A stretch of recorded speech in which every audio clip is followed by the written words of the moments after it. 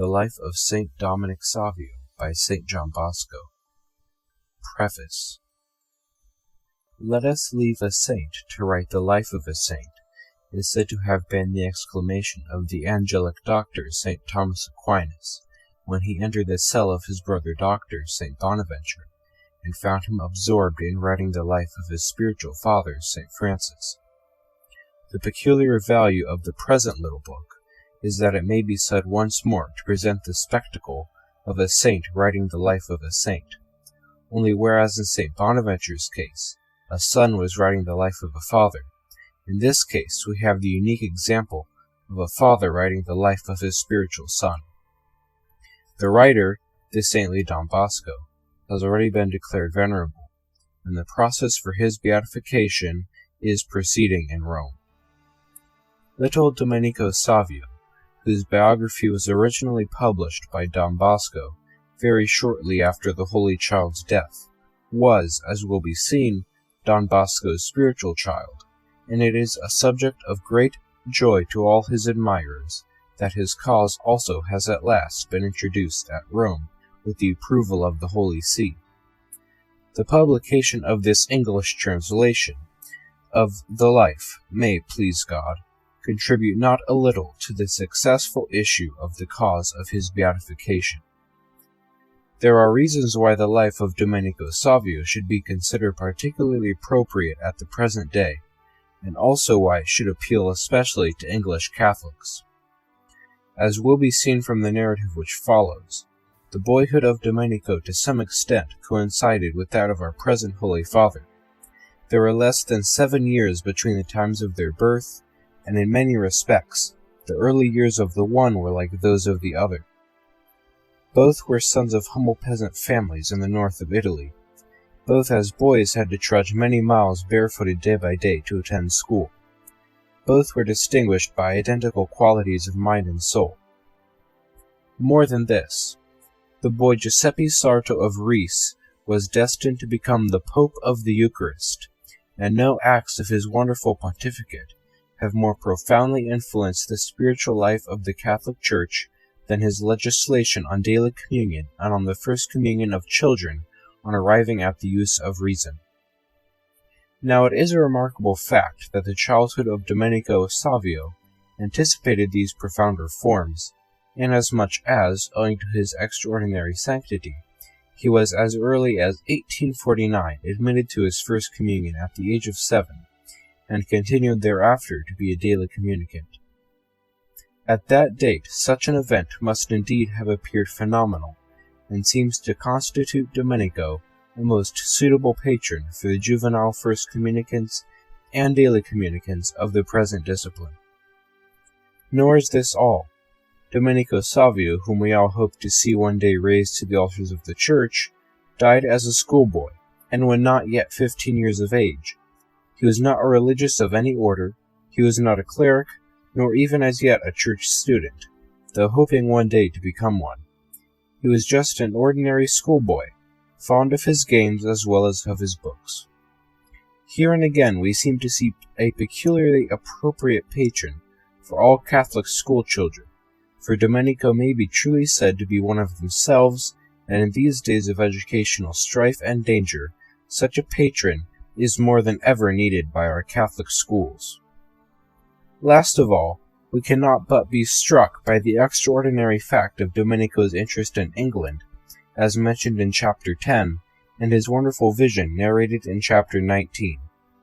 As far as I know, there is nothing to show why this little Italian schoolboy should have felt any interest in England, or indeed how he came to know anything about it.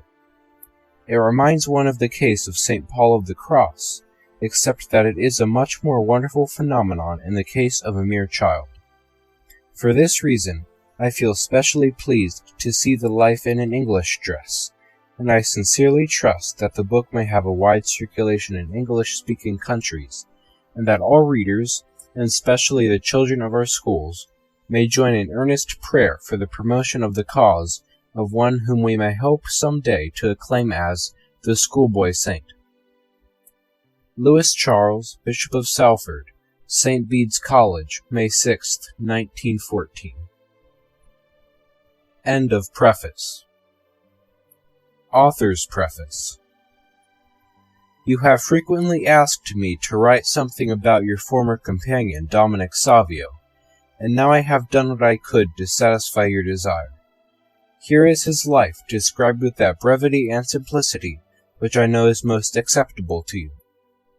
There were two difficulties in the way of publishing this work. First, there was the criticism to which one is exposed, who describes what was performed under the eyes of many witnesses. I think I have overcome this by determining to narrate only what has been observed by you or by myself, and which I keep preserved in your own writing. The other obstacle was the necessity of often mentioning myself, for as Dominic was 3 years in this house, I must necessarily refer to things with which I am personally connected. This, I think, I have overcome by adhering strictly to the duty of an historian, which is to present this statement of facts irrespective of the persons concerned. But if, here and there, I should appear to speak too openly of myself, you must put it down to my regard for the boy who has gone, and for all of you besides, for this affection makes me open my heart to you, as a father does when speaking to his children. Some of you may wonder why I have prepared a life of Dominic Savio, and not of other youths who are here at school, and lived lives of eminent virtue. It is quite true that divine providence deigned to send us several boys who are examples of holiness, such as Gabriel Fascio, Louis Rua, Camillus Gavio, John Massiglia, and others, but the incidents connected with these are not so conspicuous and remarkable as those of Savio, whose whole life was wonderful.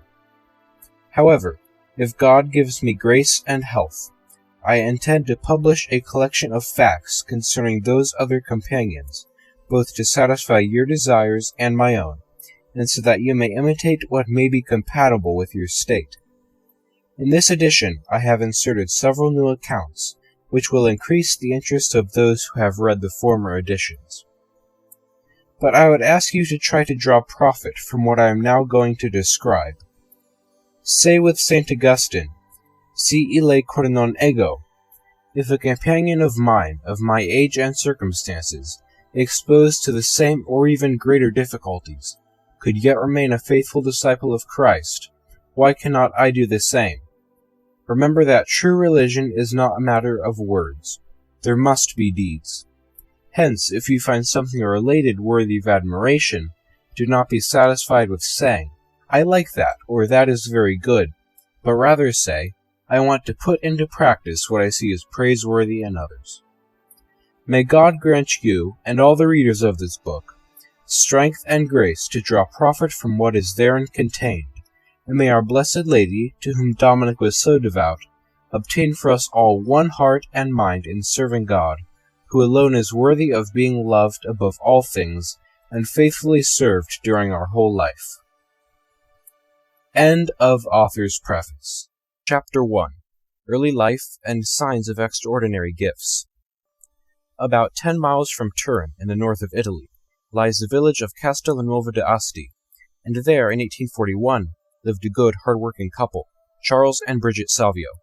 About that time, however, there was scarcity of labor in the neighborhood, and they accordingly moved away in the direction of Chieri, which is about 9 miles southeast of Turin, and, having settled at the little township of Riva, Charles Savio applied himself to his trade of an ironworker. On April 2nd of the next year, 1842, a child was born, who was to prove a blessing and consolation to his parents. He was given the name of Dominic at baptism, and though no particular importance was attached to the name at the time, the boy, in later years, held it in particular esteem, as there will be occasion to learn. When the boy was scarcely 2 years of age, his parents decided to return to their former neighborhood, and they settled at Murialdo, which is quite close to their early home at Castelnuovo. Like devoted parents, the careful upbringing of their boy was their chief solicitude, and, considering his tender years, Dominic soon displayed an excellent disposition, and piety seemed to be part of his very nature. Morning and evening prayers at once impressed themselves on his childish mind, and at 4 years of age he could recite them all quite readily. He was always attentive to his mother's wishes, and only left her to say his prayers in some quiet corner, where he was undisturbed. In the unreflecting manner natural to them, children are generally a source of worry and disturbance to their mothers. It is the age when they must touch and examine and often taste everything they come across, but Dominic's parents testify that he never gave the least trouble in this way. He was not only obedient to the smallest point, but ready for any expression of a wish, and tried to foresee opportunities of doing them some little service. He was quite above the average in his appreciation for his parents' kindness, and he had his own method of expressing it, particularly as his father returned from his day's work. He always ran out to meet him, hoped he was not too tired, and promised to pray for him in return for all his labors. So saying, he would enter the house, place his father's chair ready, and attend to all his wants. This childish appreciation and thoughtfulness, says his father, were naturally very welcome to me, and as evening drew nigh I began to feel a particular longing to get home, to receive and give these marks of affection, for the boy was everything to me. Day by day the child's piety increased, and from the time that he was 4 years of age, there was no need to remind him of his prayers, whether morning or evening, or at meals, or at the time of the Angelus. In fact, he would even remind others should they appear to forget them. One day some distraction occurred as they were sitting down to dinner, and grace before meals was forgotten. But little Dominic was too attentive. "Father," he said, "we have not yet asked God's blessings on our food," and he straightway made the sign of the cross and began the usual prayer. At another time a stranger was staying in the house, and he sat down to his meal without any act of religion. Dominic did not like to speak of it openly, yet he was too much moved to remain at the table, and went to one of his quiet corners.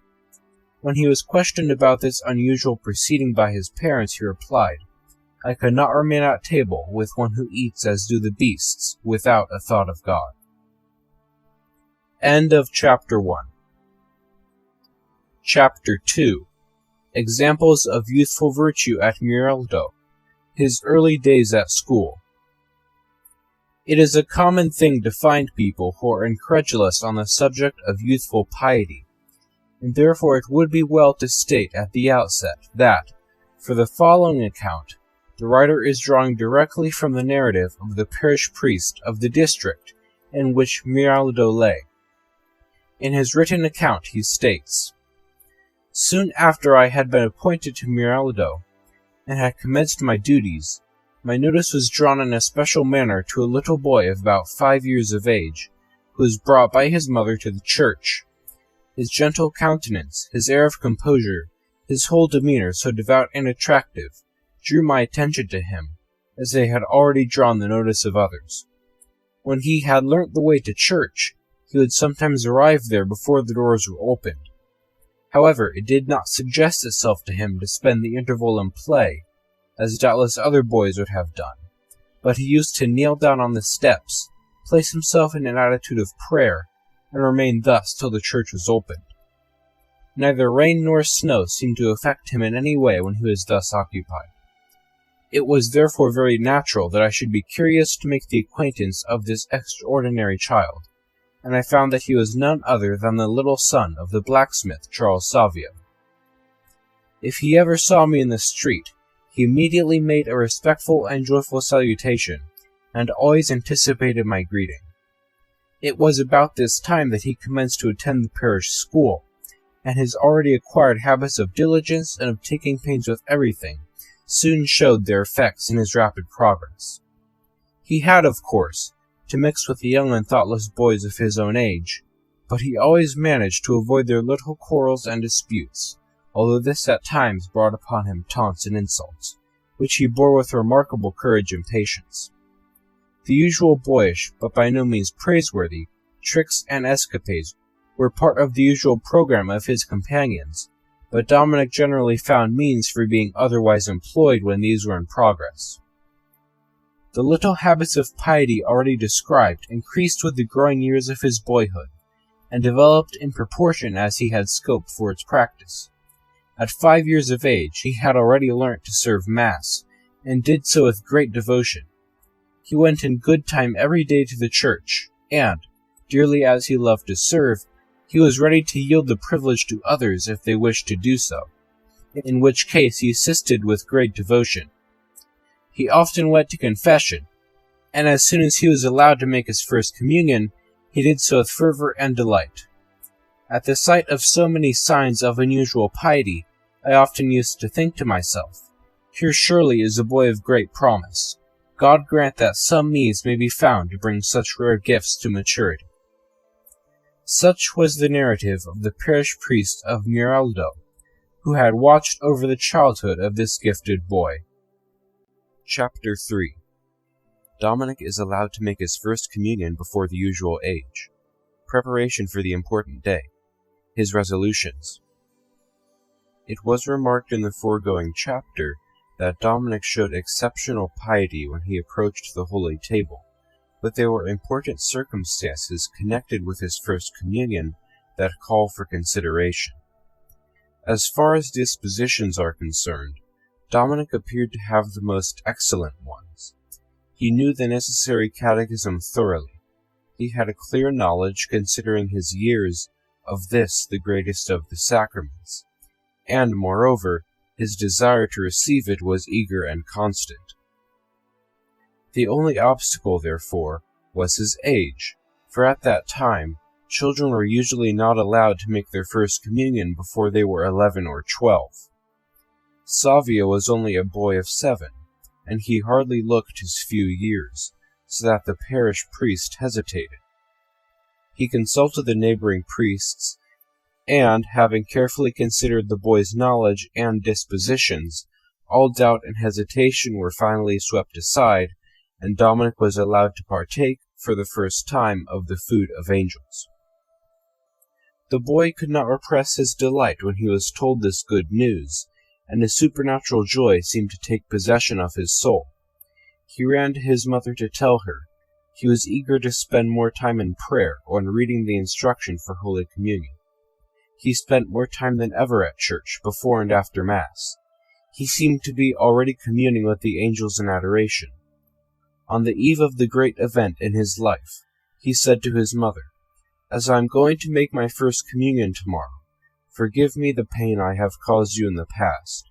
From now on I shall be much better.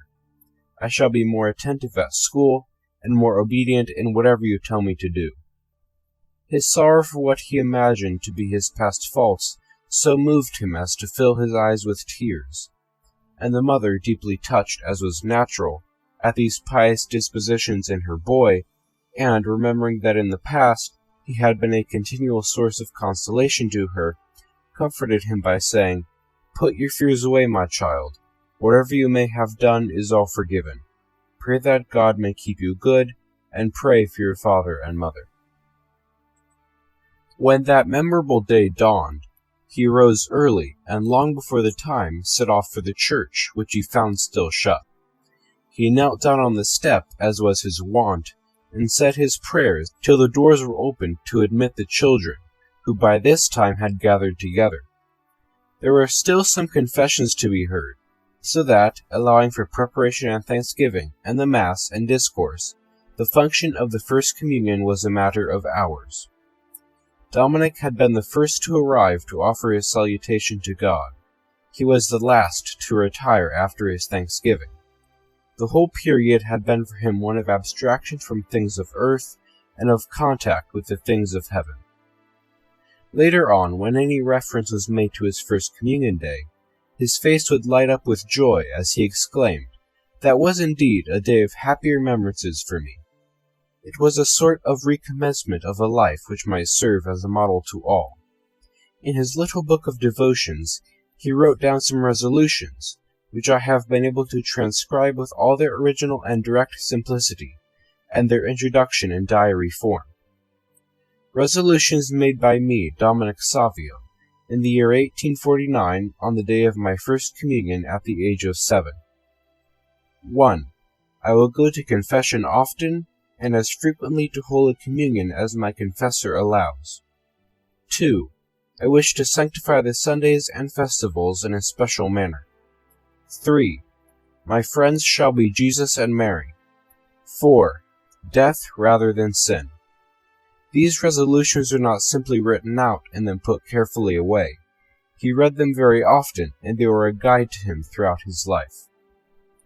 If among the readers of this little work there should chance to be some who are yet to make their first communion, I would strongly urge them to follow young Savio as their model, but in particular fathers and mothers, and those who exercise any authority over the youth, should attach the greatest importance to this religious act, for a first communion that is well made constitutes a solid moral foundation for the whole future life, and it would be indeed surprising if this solemn act, when worthily performed, did not result in a virtuous life.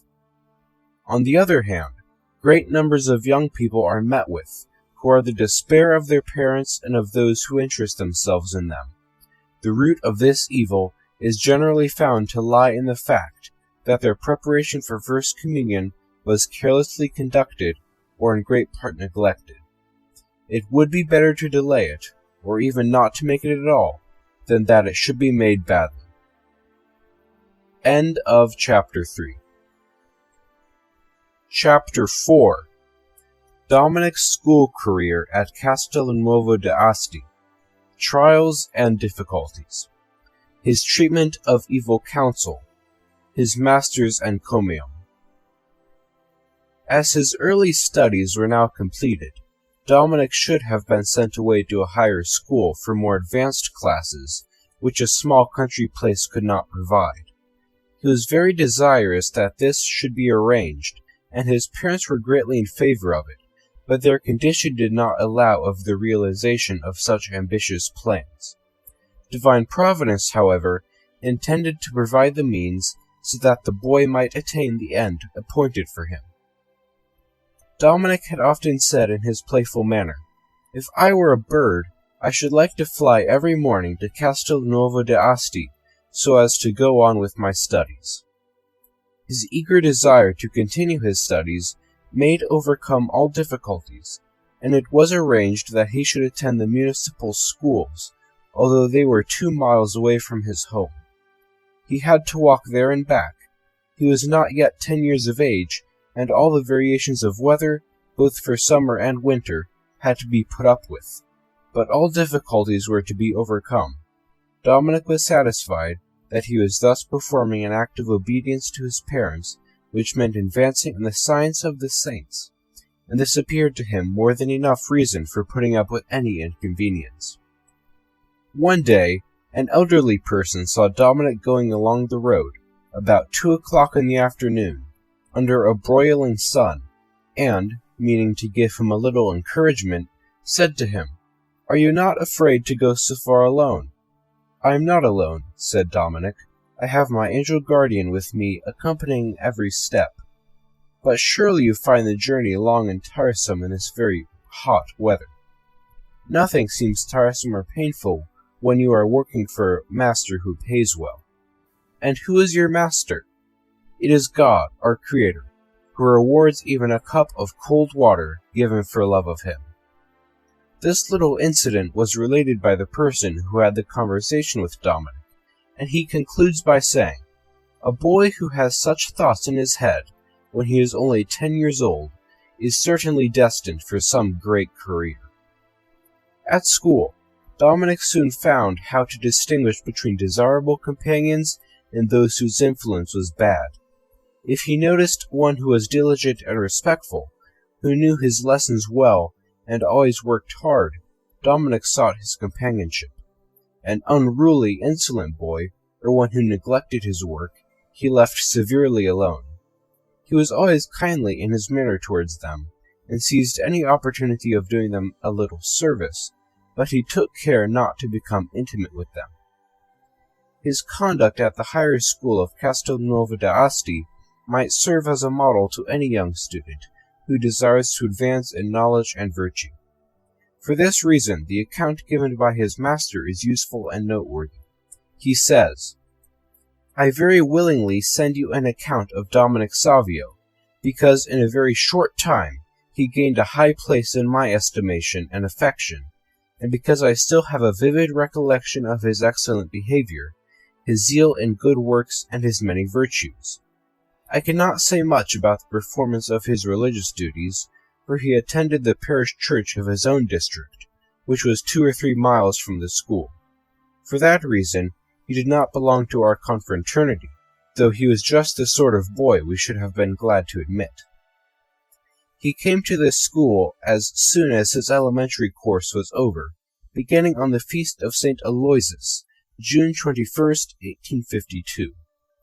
That was, in itself, a little extraordinary, for the great patron of young students found no more devoted follower than Dominic. He was gentle in appearance and manner, and had an air about him of mingled gravity and affability. His disposition was always marked by calmness and good nature. Both in school and out of it, his conduct was such as to produce a most agreeable impression, and for me to deal with him in the course of his schoolwork was like a reward for the many fatigues so often to be endured in the training of boys, who are often dull and not eager for lessons. Hence it may very well be said that he was Savio, wise, not only in name but in fact, in his studies, in piety, in conversation and his dealing with others, and in all his actions. From the day he entered the school to the end of that scholastic year, and during the 4 months of the next year that he spent with us, his progress in his studies was little short of phenomenal. He speedily gained the first place in his class, and the other honors of the school, and invariably got full marks for the subjects which were examined from time to time. These eminently successful results must be attributed to his exceptional abilities and to his love of study and virtue. Deserving also of special praise was his exactness in every duty, no matter how trivial, and his constant attendance at the classes, in spite of all difficulties and of his long walk to the school. He was by no means a robust or vigorous boy, and this going to and from school, a distance of nearly 3 miles each way, would in itself be ample proof of his assiduity in his studies. But during that year, 1852 to 1853, he showed signs of weakness and general failing health, so that his parents decided on a change of abode. I was disappointed at losing so promising a pupil, to whom I had become attached, but I had expected to lose him, for I had seen that his delicate constitution was beginning to give way under this strain, and when I heard later on that he was going to the oratory at Turin, I was quite satisfied, as I knew he would there have the opportunity for the cultivation of his rare intellect and piety. Such is the account given by the master of his class. Chapter 5. Dominic's school life at Mondonio, his conduct under a calumnious charge.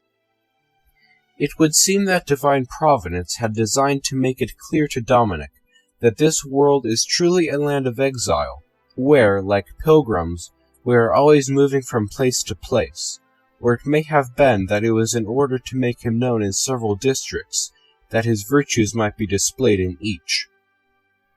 As has been mentioned, it was towards the close of the year 1852 that Dominic's parents found that their boy's health would necessitate another change of abode, and this time they went to Mondonio, a village not far away from Castelnuovo.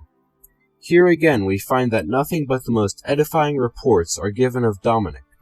It will not be necessary to quote a full account given by his master at Mondonio, for it repeats the good points mentioned by his former master at Miraldo. Attention will be drawn only to certain facts of particular importance. The priest in question writes, "I can state without hesitation that during my 20 years' experience with boys, I never met one to equal Savio in frank and genuine piety. He was gifted with a wisdom beyond his years, and his diligence, application, and affability made him a favorite both with masters and companions. When I noticed him in church, his recollection was such as to fill me with wonder. His manner and attitude suggested the thought, Here is an innocent boy to whom the delights of heaven are opened, and who by his piety soars aloft to the company of the angels in heaven. The following incident is worthy of special record. One day a serious offense had been committed by certain pupils of mine, and the guilty ones, when found, were to be expelled. The culprits thought out several expedients in order to escape the punishment, and at last settled on the plan of accusing Dominic of the offense. I very naturally refused entirely to believe that Dominic would be capable of any such thing, but the story and accusation were so skillfully put together that it had all the semblance of truth and conviction. When I entered the school in the morning, prepared to deal with the matter, I was in an indignant frame of mind, and spoke in general terms to the class. Then I turned to Savio and spoke very severely to him, telling him that he deserved to be expelled, and it was only because it was the first offense he had been guilty of that he would not be sent away, but that if ever the like occurred again, expulsion would certainly follow. Dominic might have very easily shown that he was entirely innocent, but he made no reply. He hung down his head, as one who was deservedly reproved, and made no attempt at clearing his character. But it is seldom God's way to let the innocent remain under the cloud of calumny, and on the very next day the culprits were discovered. Deeply regretting now the harsh terms of the reproof I had made to the boy, I sent for him and said, "Why did you not tell me that you had had nothing to do with it?" He replied in his usual candid manner, "I knew that the guilty boy was already under threat of expulsion for other things, but I hoped to be forgiven, since it was the first act of misconduct ever imputed to me at school. I also remembered that our Lord had been unjustly accused." At this reply I was silent. I somehow felt that there was nothing more to be said. Not only the masters, but the whole school admired this act of generous resignation to suffering and insult on behalf of others, especially at the risk of being humiliated and disgraced. End of Chapter 5. Chapter 6. My first meeting with Dominic Savio. Some curious incidents connected with it. The matter contained in the following chapters is based upon more personal and complete evidence, for almost all the incidents occurred under my own notice, and also in the presence of a large number of boys who are unanimous in their attestation of them. It was in 1854 that Father Cugliero, the priest who relates the incidents mentioned in the foregoing chapter, came to see me about a pupil of his. "Here in your oratory," he said, "there might possibly be boys equal to him, but I can safely assert that there is none to excel him, for in fact you find him to be another St. Aloysius." At that time I used to take my boys occasionally to Miraldo. It was a little country place, where a short time was spent for the benefit of enjoying the country air and open life, and there we usually made the novena in preparation for, and celebrated the feast of the Holy Rosary. It was accordingly arranged that while I was at Miraldo, Dominic should be brought over from Mondonio to see me. It was therefore at Miraldo, on the first Monday in October, 1864, that I became acquainted with Dominic Savio. He was accompanied by his father, and as they came up to speak to me, I noticed his pleasant but respectful manner, and something in his demeanor fixed my attention upon him. When he came up, I put a question to him, to which he answered, "I am the boy of whom Father Cugliero has spoken to you. I have come with my father from Mondonio." We walked together, and I questioned him about his studies and his desires for the future, and we were immediately on the most friendly and confidential terms. I may say that I at once recognized a boy after God's own heart, and I could not help being struck by the workings of grace already manifest in one of such tender years. After some minutes' conversation, and before I could turn aside to speak to his father, he said to me, "Well, what do you think of the matter? Will you take me to Turin to study?" I replied that I thought there was very good material to work upon. "And what do you think you can make of it?" Seeing that he fully grasped my meaning, I said, "Something beautiful and acceptable to God." To this he replied, "Then I must be the material, and you are to fashion it. Take me with you, therefore." "But," I said, "I am afraid that your delicate health would not stand the strain of much study." "I don't think we need fear on that point," he said. "God's given me health and every assistance till now, and he will surely help me in the future." I then asked him what he thought of doing when his preliminary course was finished. To this he replied, "If I could hope for such a favor from God, I ardently desire to become a priest." "Very well," I replied. "Now I want to see whether you are able to learn quickly. Take this little book and study this page of it. Tomorrow I shall see if you know it." I then sent him to see the other boys and to join in their games while I talked to his father. But a little surprise awaited me, for hardly 10 minutes had elapsed when Dominic came back and said with his usual pleasant manner, "If you like, I will recite that page to you now." I took the book in some astonishment, and this only increased when he recited the page by heart and could explain any passage in it. "Well done," I said. "As you have anticipated your lesson, I shall anticipate my answer. I will take you to Turin, and you will be one of my chosen boys. You must pray that God will help both you and me to do his holy will." Not knowing how to express his great gratitude, he took my hand and said, "I hope my behavior will never give you cause for complaint." Chapter 7. Dominic comes to the oratory of St. Francis of Sales. His manner of life. Nothing is more characteristic of youth than its tendency to changeableness. A decision is taken on a certain thing today, tomorrow all will be changed. There may be virtue in a heroic degree one day, but on the next the opposite may manifest itself, and this is where there is need of guidance and firmness in education, lest unhappy results should follow. There was no sign whatever of this in Dominic. All the virtues seemed to grow together in him, and he was able to practice them all in combination. Directly he came to the oratory, he came to my room, in order to place himself, as he said, entirely in the hands of his director.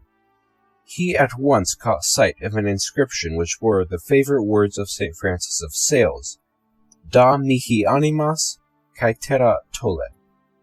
He began to read it attentively, and I desired him to grasp the meaning. So I helped him to make it out, the translation being, "Give me souls, take away everything else." He seemed to reflect a moment, and then he said, "I think I understand. Here the aim is not to gain money, but to win souls, and I hope that my soul will be included in that number." His mode of life was just the routine life of schoolwork, and at first there was nothing extraordinary to remark, beyond his scrupulous observance of every rule. At study or any other duty, he was at once diligent and zealous. Convinced that the Word of God is the guide to heaven, he was particularly attentive to instructions and sermons, and from them he gathered maxims and rules of conduct, which formed his constant guide. He always made a point of asking for explanations of difficulties, and thus he was able to make continual progress in virtue, and in exactness in the performance of his duties, so that it would be difficult to go beyond the excellence he attained. He had already requested the favor of having his faults pointed out, so that his conduct towards all became equally praiseworthy.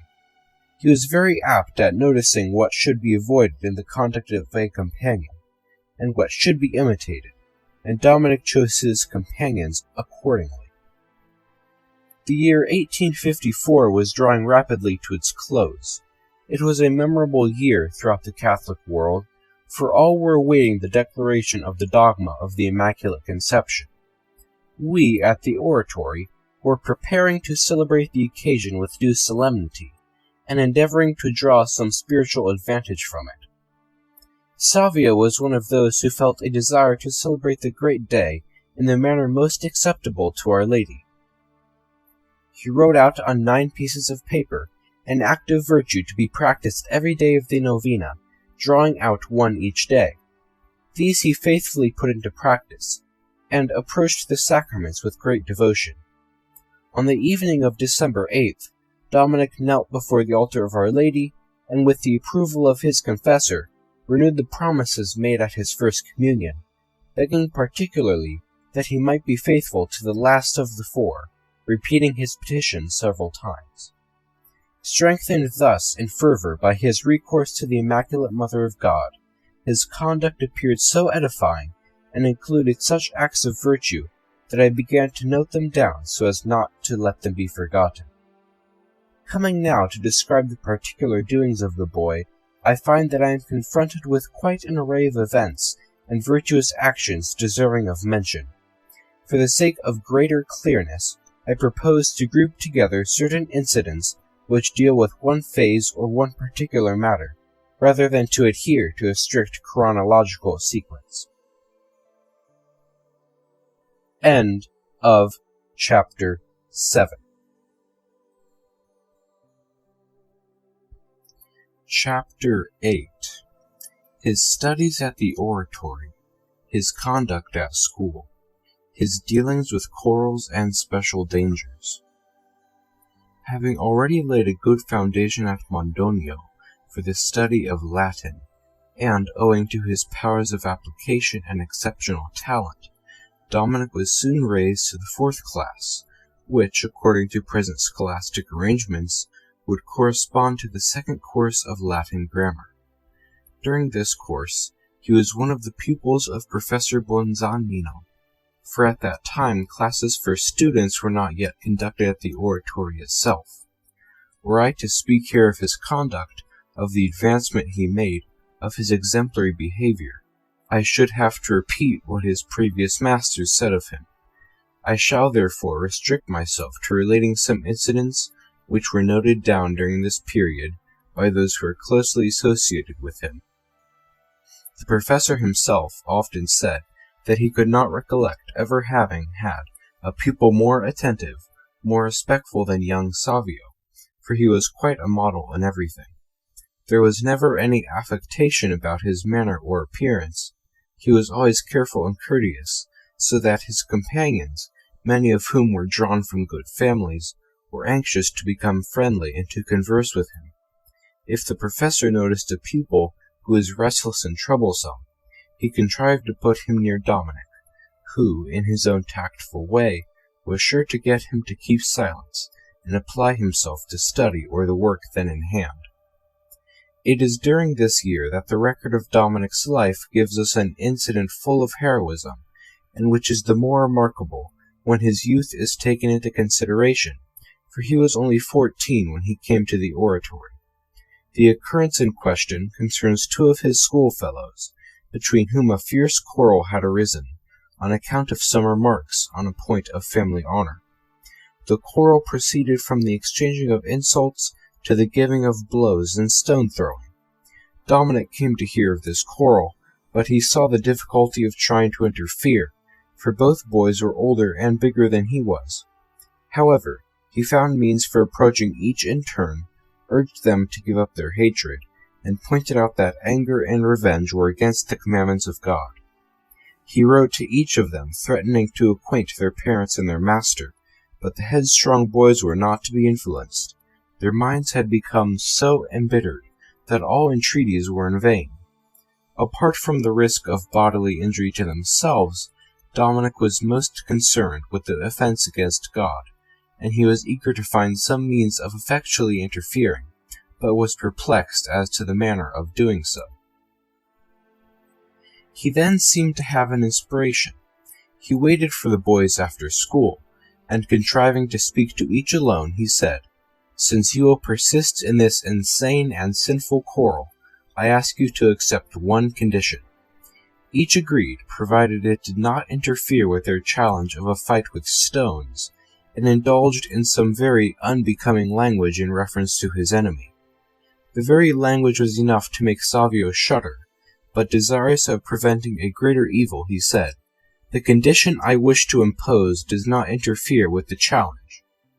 "Then what is it?" "I shall not tell you till you meet for the duel." They thought he was making game of them, but Savio insisted that he was quite serious and that he would be on the scene. Neither could conjecture what his plan was. The place for the fight was a lonely spot outside the town. The boys, getting more and more incensed, were almost going to fight on the way, but Dominic managed to prevent them. The scene of action was reached, and the boys took up their positions at a little distance from each other, and had by them the stones they were to hurl. Now was Dominic's time for mediation. He stepped in the middle and said, "Before you commence to fight, you must fulfill the condition you agreed upon." So saying, he withdrew out of his coat pocket a crucifix and held it up in the air. "I desire," he said, "that each of you should look on this crucifix, and then, if you will throw, you must throw the stone at me and say, 'Our Saviour died, pardoning his very persecutions. I, a sinner, am about to offend him by an act of open revenge.'" Having said this, he threw himself on his knees before the one who seemed most enraged, and said, "Throw your stone at me, let me have the first blow." A shiver seemed to go through the boy thus addressed. "No," he exclaimed, "I couldn't do it. I'm not so mean as that. I have nothing against you." On hearing this, Dominic turned to the other boy, who had been watching in amazement, and made the same proposal to him. He too refused such a cowardly act. Then Dominic got up and said, with great earnestness, "You are both ashamed to commit this act of brutality against me, and yet you will commit it against God and lose your soul by grievous sin." And he held up the crucifix again. This proved too much for the two boys. They were moved by his true Christian charity and his courage. One of them confessed that he felt a cold shiver, and felt thoroughly ashamed that he had forced a friend of Savio's character to take such extreme measures. Wishing to make some amends, he forgave entirely the boy with whom he had quarreled, and promised to go to confession at once. Thus Dominic secured a victory for charity, and taught the boys a lesson. Is it too striking an act of courage to recommend, for example, to young schoolboys? This incident would have remained a profound secret, had it not been related by both boys who were the partners to the challenge. It will be gathered from this incident that Dominic had gained great influence over his companions, but he often had to put up with annoyance from some who tried to draw him into undesirable practices. On one occasion, in fact, he had almost consented to go off with some boys who wished him to join them at play instead of going to school, but the arguments against it arose so vividly before him that he not only rejected the proposal for himself, but convinced the others that it would be wrong, and made them go with him to school. At the end of that year, he was among the very best of those who were promoted to a higher class, but when his next year began, there were already signs that his health would need careful attention, and it was thought more prudent to let him have some private teaching at the oratory, where intervals of rest and fewer tasks could be given him. Under this arrangement, his health seemed to improve a good deal, so that he was again sent out to the higher classes in the town, this time to Professor Pico, who was held in the highest estimation as a teacher.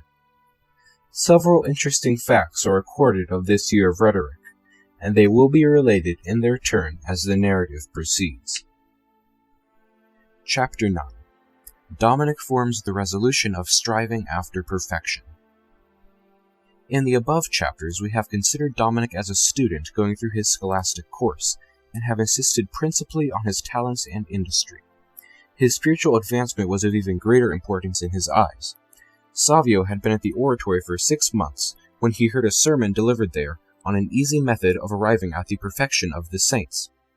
The preacher brought out particularly 3 points that impressed themselves deeply on Savio's mind.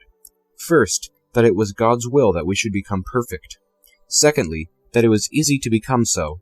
Thirdly, that an exceeding great reward is laid up for those who arrive at perfection. The effect of the sermon on Dominic was to set his heart aglow with love of God. For some days he was extraordinarily quiet, so that his companions began to remark it, and I noticed it myself. I began to think that his health was commencing to give way again, so I questioned him about it. His answer was put very quaintly. "If I am suffering at all," he said, "it is from something beneficial." I asked him to explain. He replied that he had been thinking over the sermon and was seized with the desire of becoming a saint, that it now appeared to him much easier than he had thought, and asked for some special guidance in regard to his behavior. I very naturally praised his good intentions, but pointed out that it would not be beneficial for him to be disturbed and uneasy about it, for in such disquiet of soul the voice of God could not be heard. I told him that he should be always happy and cheerful, to be exact in the practices of piety and his other duties, and to take his recreation regularly with his companions. One day I told him I wished to make him a little present, but that I left the choice of it to him. "I do not desire anything else," he replied, "but to become perfect. If I do not obtain that, I shall be fit for nothing." On another occasion, we were discussing the etymology of names, and he put the question, "What does Dominic mean?" Someone answered, "Belonging to God." "See then," he promptly replied, "if I was not right in saying that I ought to become a saint. Even my very name says that I belong to God. Therefore it shall be my constant endeavor to become a saint." These and similar words on other occasions may seem extraordinary in so young a boy, but Dominic meant them in all seriousness, and his use of them, just referred to, was not because he was not leading a holy life. On the contrary, but it was because he wished to undertake penances, and remain for hours in prayer, things which his superiors decided were not suitable for his years or health or his occupations. End of Chapter 9. Chapter 10.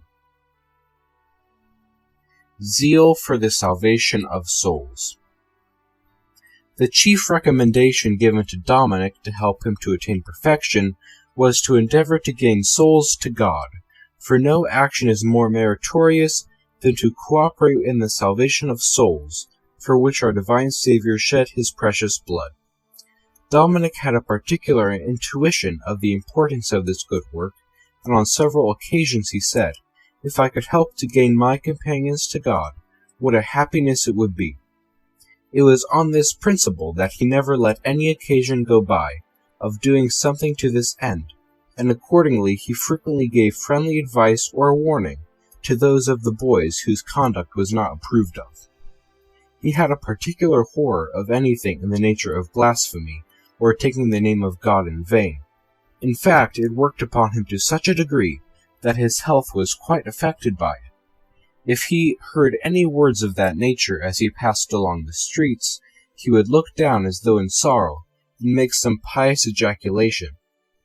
A companion had often noticed him raise his cap and utter a few words of prayer when these blasphemies had been uttered.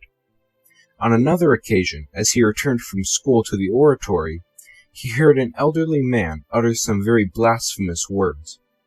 Dominic shuddered, and immediately offered up his pious ejaculation in reparation. But he was satisfied neither, nor disposed to let it pass.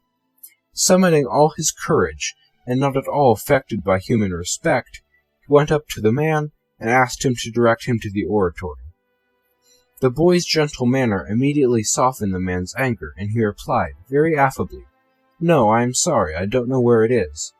"Then there is another favor you can do for me," said Dominic. "Oh, what is it?" The boy then came nearer and said in a low voice, only audible to the man in question, "It would be a great pleasure to me if, when you are angry again, you would use words that are not blasphemous." The man was naturally astonished at such a request from a boy, but there was something of admiration in his surprise. He replied, "Well done, you are right. It is a very bad habit, that I am determined to overcome." But Dominic's manner with young offenders was different. He once heard two little boys quarreling at their games outside the house, and one of them in his boyish anger used the holy name. Dominic was pained, as he always was when this occurred, so he stepped between the two boys and made them patch up their quarrel.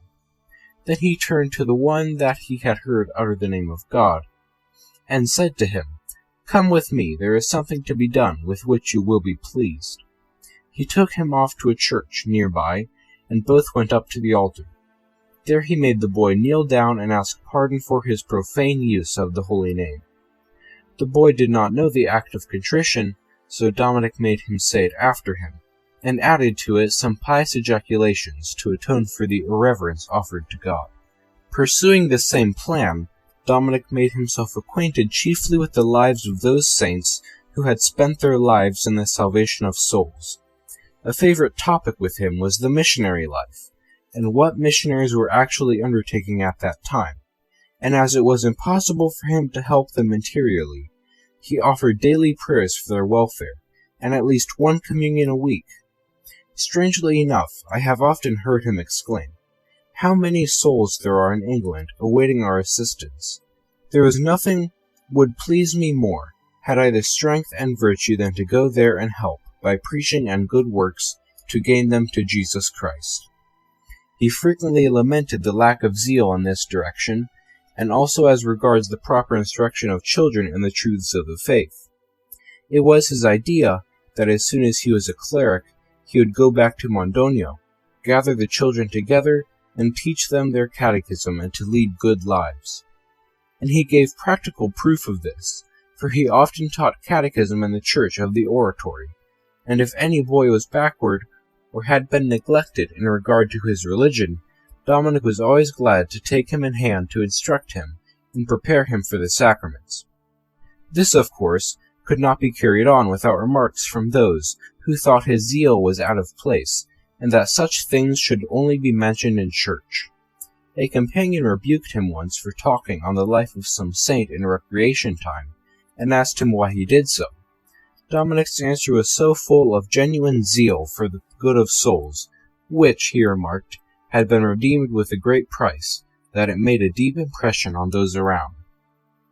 During the intervals he spent at home for the holidays, Dominic put this zeal of his into practical effort, for he would gather other boys around him, and he had quite a gift for attracting them, and by conversations and stories he gave them good instruction and counsel. He also took home several objects of piety from the oratory, and distributed them judiciously, by way of rewards among these companions. It was, therefore, quite customary for several to accompany him to Mass and the sacraments, and this good work had a lasting effect. During these holidays he was brought into contact with many people of all ages and conditions, for Dominic's manner had an attraction for all, and to all of them, in one way or another, he was the means of some spiritual advantage. No wonder that his reputation began to spread, even at that time. Dominic's guiding motto was, that no occasion for doing good to souls, or of offering some little act of reparation to God, should be missed, and this accounts for his constant zeal, and his visits to the Blessed Sacrament, in which he generally managed to be accompanied by a friend, or someone he wished to bring to a better life. Chapter 11. Various Incidents. His attractive manner with his companions. Although Dominic, as we have seen, was imbued with the desire to do good to souls, it did not, as some mistaken people might imagine, tend to make him melancholy or mournful. On the contrary, he was the life of the recreation time, though he very wisely knew how to turn every opportunity to account. When others had something to say or a story to tell, he never interrupted or criticized, but when conversation flagged, he had an inexhaustible fund of entertaining information and anecdotes which were highly interesting to his companions. He knew just when to seize the opportunity of speaking, if it were necessary to deal with grumbling or murmuring, or something not approved of. His manner was so cheerful and attractive that he counted among his companions even those who were least disposed to piety, or were of an opposite nature to his own, and they always took in good part whatever insinuation or hint he might give them. Once, when the boys were at play in an open space, a man came up and joined in the conversation. He was amusing at first, and had a story or two that suited the curiosity of young people. But when he had made himself at home a little, he went on to speak of religious subjects and priests and the like, and treated them with ridicule and disrespect. Many of the boys noticed the change in his conversation and went off to play. Others stayed on. But then Dominic arrived. He stopped for a moment to listen, but immediately saw what the man was about, and without any hesitation said to the boys round him, "Don't stay here listening to such a degraded man. He is only trying to corrupt souls." The boys were accustomed to Dominic's influence in regard to such things, and all moved away, leaving the man alone. The latter retired discomfited, and never tried his persuasive arts in that neighborhood again. The influence of Dominic's gradually increased, so that he could usually persuade the boys against any course in which he saw that evil might lurk.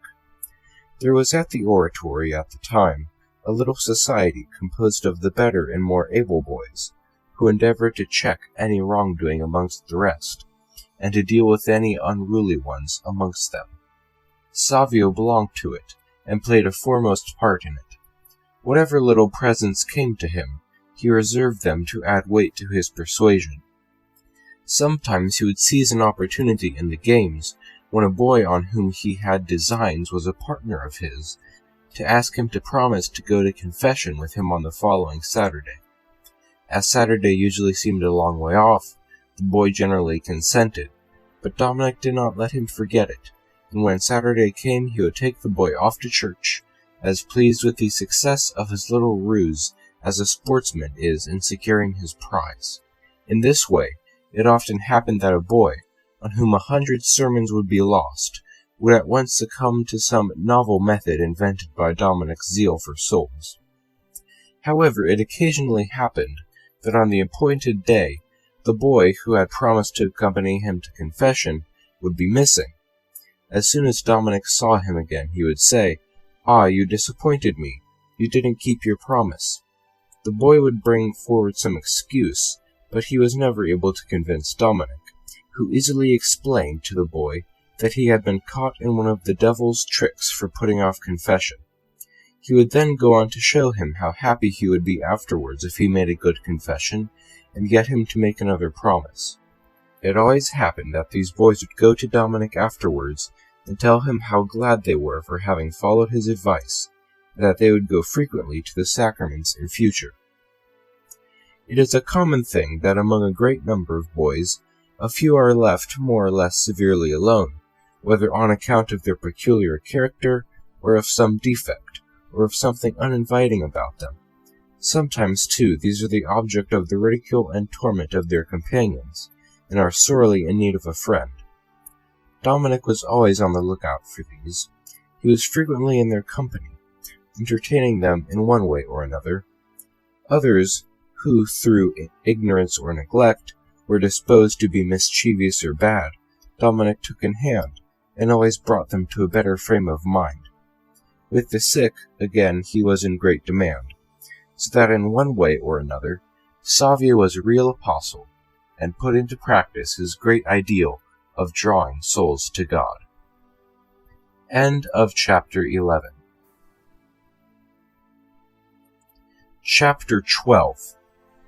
His spirit of prayer, his devotion to the Holy Mother of God, the month of May. Dominic was evidently endowed with special gifts from God, and among them was his assiduity and fervor in prayer. It seemed to be part of his very nature to converse with God, and no matter where he was or what noises or games might be going on around him, his recollection was never disturbed, and his ejaculations were none the less frequent. At the general prayers of the boys, his manner can only be described as that of an angel. His attitude was devotion itself. He never seemed to want to rest even his elbows, but, kneeling, and with hands joined, his eyes cast down, he gave himself up to communing with God. To look at him thus was to be edified. In 1854, the Count Cays, was elected president of the Sodality of St. Aloysius, that was established at the oratory. The first time he was present at the functions of the Sodality, he saw a boy at prayer with such an air of rapt devotion that he was immediately struck by him. He inquired about him afterwards, and, of course, it was our young friend. Dominic always managed to spend some part of his recreation in the chapel, generally getting a companion to go in with him, though he need not stay as long as Dominic did.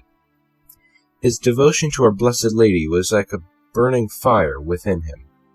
Every day he practiced some act of mortification in her honor.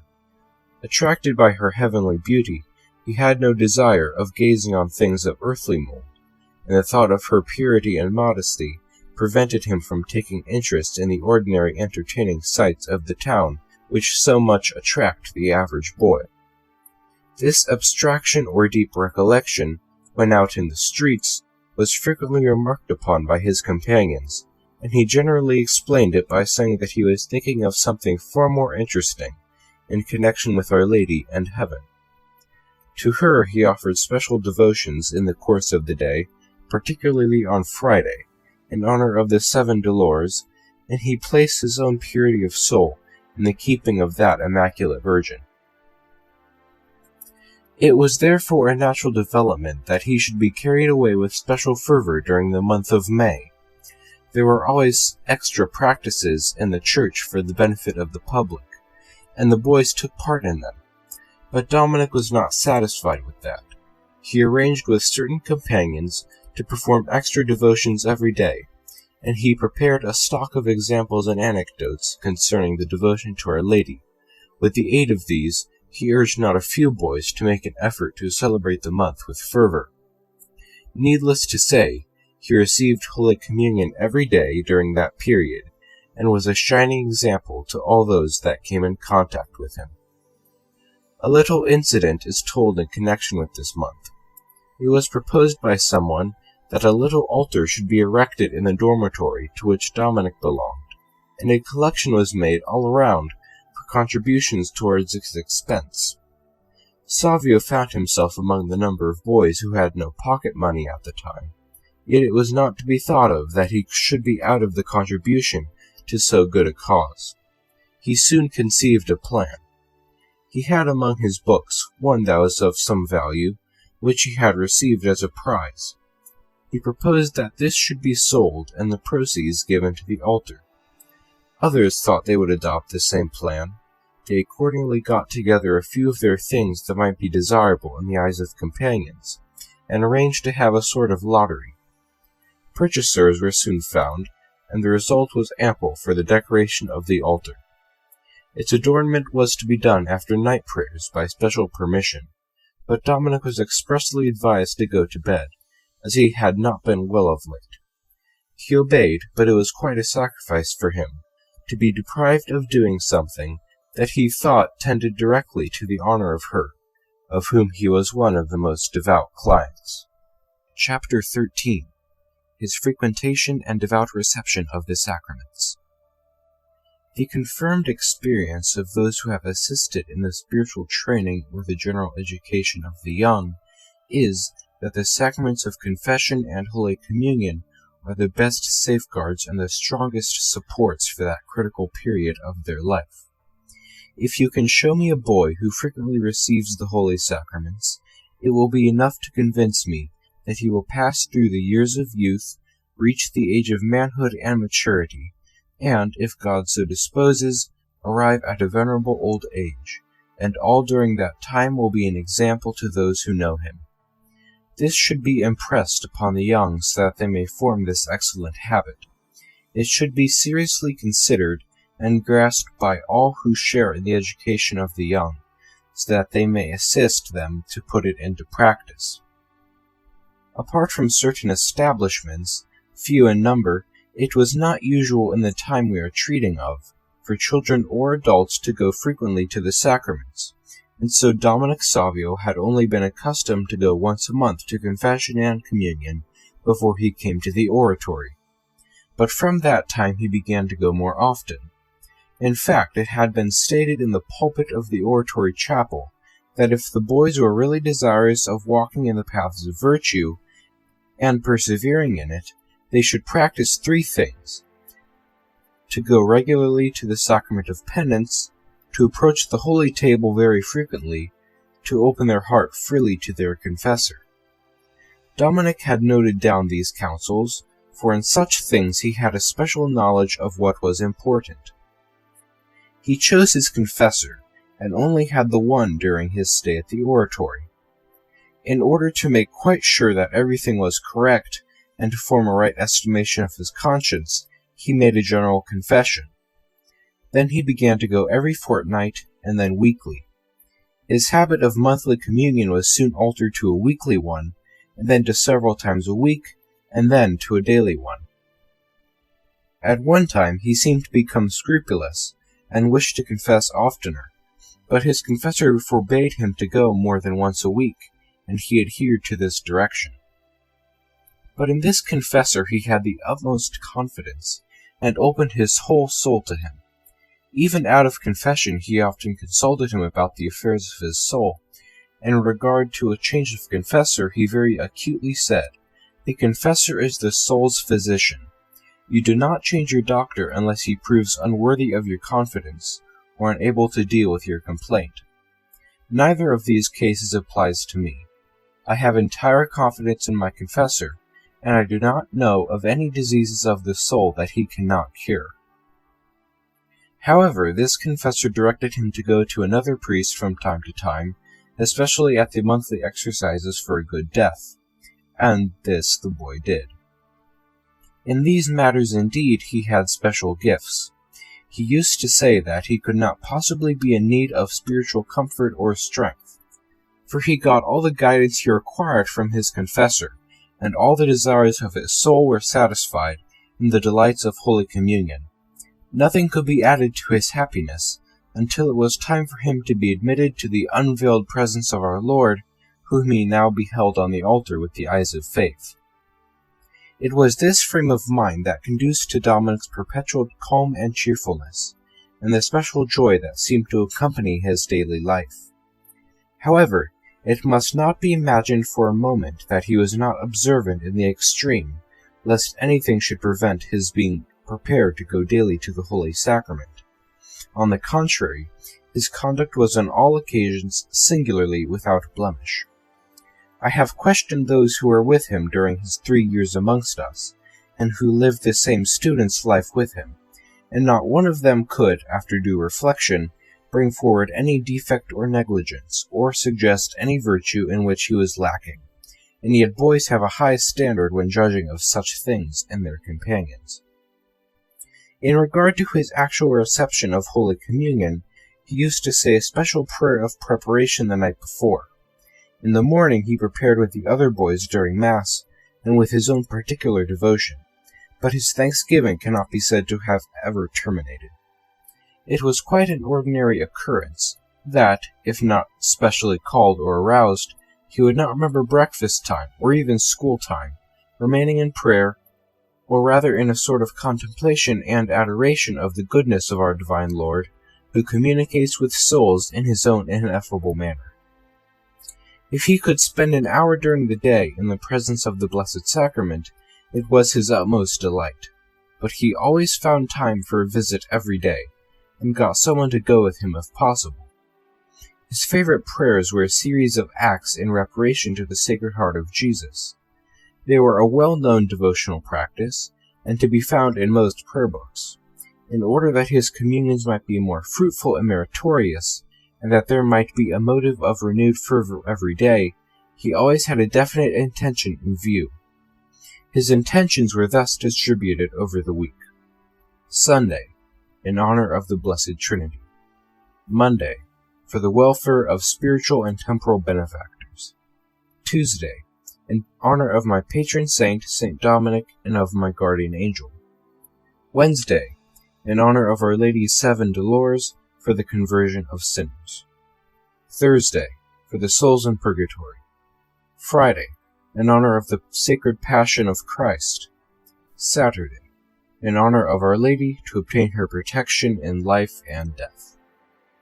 Whatever devotions were practiced in honor of the Blessed Sacrament, he took part in them with eager joy and delight, and would accompany the priest when taking Holy Viaticum, if he were allowed.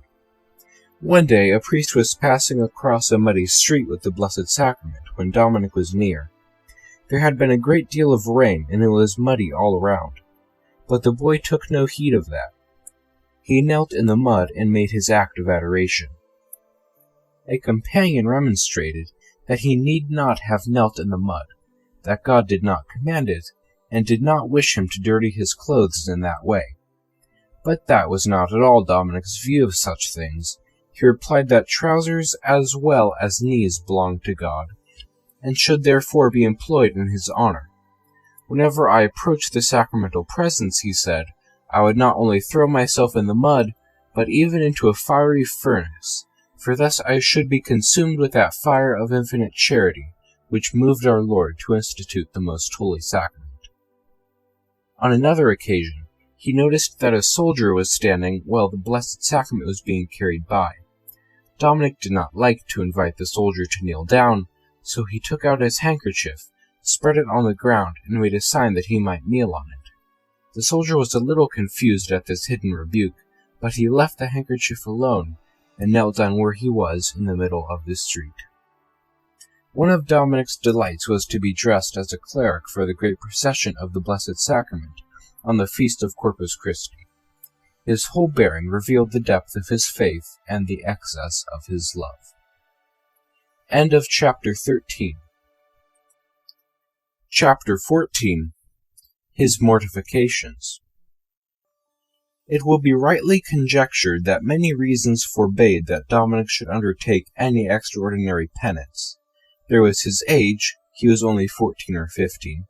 There was his delicate health. There was the innocence of his life.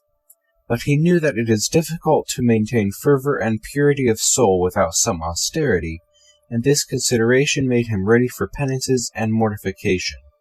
And by mortifications, I do not here allude to the insults and unpleasantness that he had to bear, or to his continual restraint over his senses, whether in class, study, or recreation.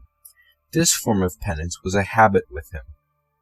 I refer now to actual penances, painful to the body. In his fervor and his devotion to the Mother of God, he had resolved to fast on bread and water every Saturday, but his confessor forbade it. He wished to fast during Lent, but after a week it came to the knowledge of the director of the house, and that too was forbidden. He wished at least to do without breakfast, but consideration for his health made it prudent to forbid that also. What, then, was he to do to satisfy his desire for some bodily mortifications? As he was forbidden to do anything that affected his food, he began to afflict his body in other ways. He put some sharp objects into his bed, so that he might not be able to repose in comfort. He wanted a kind of hair shirt, but all these things were soon prohibited. He thought of something else. During the autumn and winter he managed to escape having extra blankets for his bed, so that during the cold of January he had only the summer coverings on his bed. That was discovered because, one morning, he was unwell, and had to remain in bed, and when the director came to see him, he saw at once that he had insufficient covering for that severe cold. "Why did you do this?" the director asked. "Did you want to die of cold?" "Oh, I shall not die of cold," he answered. "When in the stable at Bethlehem, or hanging on the cross, our Lord had less to cover him than I have now." He was then forbidden to undertake any penance at all without express permission, and this command, though difficult, was obeyed. Later on, I saw that he was in some difficulty. He said he could not reconcile the command of the gospel to do penance with the prohibition he had received. "The penance God wishes from you," I said, "is simply obedience. If you obey, that will suffice for everything. Can you not allow me to do some other penance? The only penance you are to do is to bear patiently all that God sends you in this life. But those things must be put up with by necessity." "Very well," I replied. "Whatever you have to suffer by necessity, offer it to God, and it will become a virtue and meritorious in the sight of God." This counsel comforted his misgivings, and he was never disturbed in that way again. Chapter 15. The mortification of his external senses. Any casual observer of Dominic's outward behavior would have thought his composure so natural that it might have been part of his character from birth, but those who were intimately associated with him, and had the care of his education, know very well that it was only gained by long and serious effort, assisted by the grace of God. To obtain the guard he had over his eyes, he had to make so great and constant an effort, that he once told a friend that his head often ached in consequence of it. But the restraint he had acquired was so complete that no one ever saw him give an unguarded glance or indulge his sight to the least degree.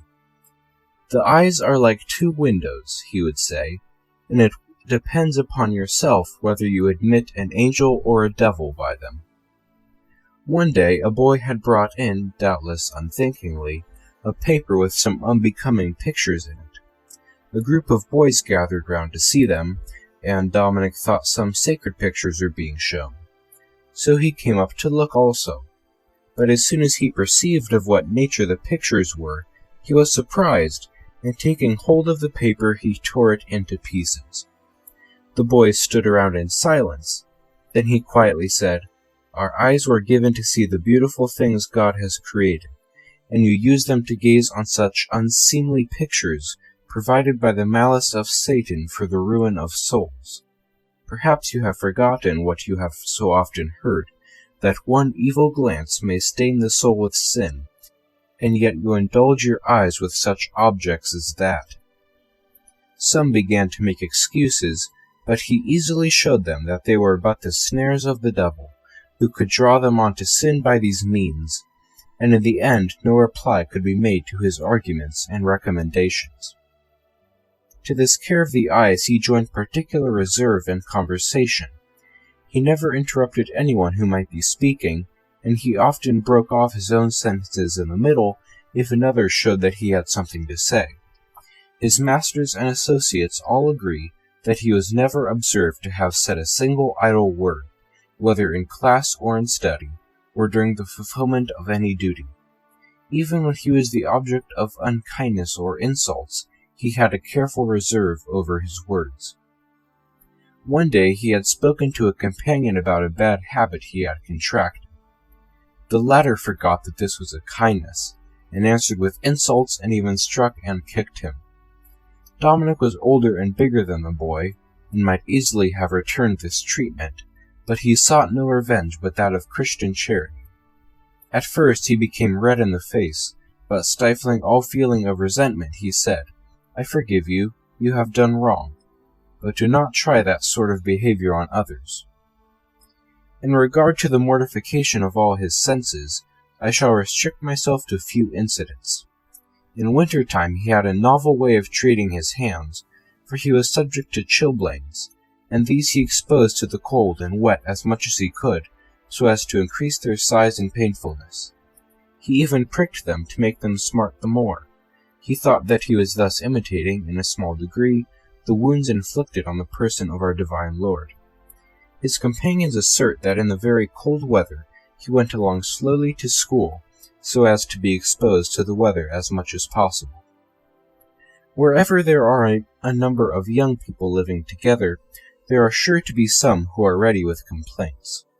The arrangements of the house, the discipline, the bedtime, and such things, all form the subject of complaint from different persons, and occasionally great disturbances are caused. Savio was quite the opposite of this. He rejoiced if there was something that might be taken exception to, and, particularly in his diet, he was always satisfied and equally pleased. He was economical to a degree, regarding the food as a gift of God, and therefore not to be despised even in the smallest way. He was always ready to do a service to others, particularly to the sick, and he eagerly seized occasions for doing this, since his health made him unable to undertake anything of a tiring nature. Little examples of his mortification, charity, self-forgetfulness, humility, and the like, might easily be multiplied, but these things were part of Dominic's very life, and went to make up that perfect whole which constitutes a pleasing offering in God's sight. End of Chapter 15. Chapter 16. The Confraternity of the Immaculate Conception. Something has been said above about Dominic's devotion to our Blessed Lady, and it may be well imagined that the circumstances of December 1854 provided occasions for extra fervor that were not lost upon him. On the 8th of that month, the Sovereign Pontiff defined the dogma of Our Lady's Immaculate Conception, and the Catholic world was filled as with a wave of devotion. Young Savio is always practical in his manifestation of fervor. His idea was not only to celebrate the event, but to set on foot something that might be a permanent remembrance, and might be productive in years to come of a continual stream of devout clients of Our Lady. He therefore set to work amongst his closest friends, and proposed to them the formation of a sodality or association, to be called the Sodality of the Immaculate Conception. Its object was to obtain the special protection of Our Lady during life, and particularly at the hour of death. The means proposed were to practice and promote acts of devotion in honor of the Mother of God, and the adoption of the practice of frequent communion by all members. It was to have a special rule, and these were the subject of long consideration, so that they were only in their final shape by June 8, 1856, about 9 months before his death. These were read out by him before the altar of Our Lady on that day. The articles were of an exhaustive character, 21 in number, providing for the regular meeting of the members, the spiritual duties undertaken, and the means for gaining the chief ends mentioned above. These rules were all submitted to the judgment of the director, and concluded with an appeal to Our Blessed Lady to assist the associates and bless their efforts. Several of those who took part in the formation of this society were distinguished, like Dominic, for their piety and talents. One in particular was gifted with exceptional brilliance, and being afterwards ordained as a secular priest, he had a most fruitful apostolate, and took a large share in the arrangements for the opening of the sanctuary of Our Lady Help of Christians at Turin, during the octave of which celebrations he was called to his reward. While still a cleric, he founded the Sodality of the Blessed Sacrament, which has since been a traditional sodality in our schools, and by its means effected great good among the boys of the oratory. Chapter 17. Dominic's Intimate Associates.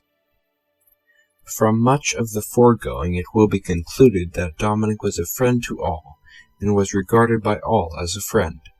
If anyone did not feel drawn to him in a particular manner, it was impossible not to treat him with respectful regard.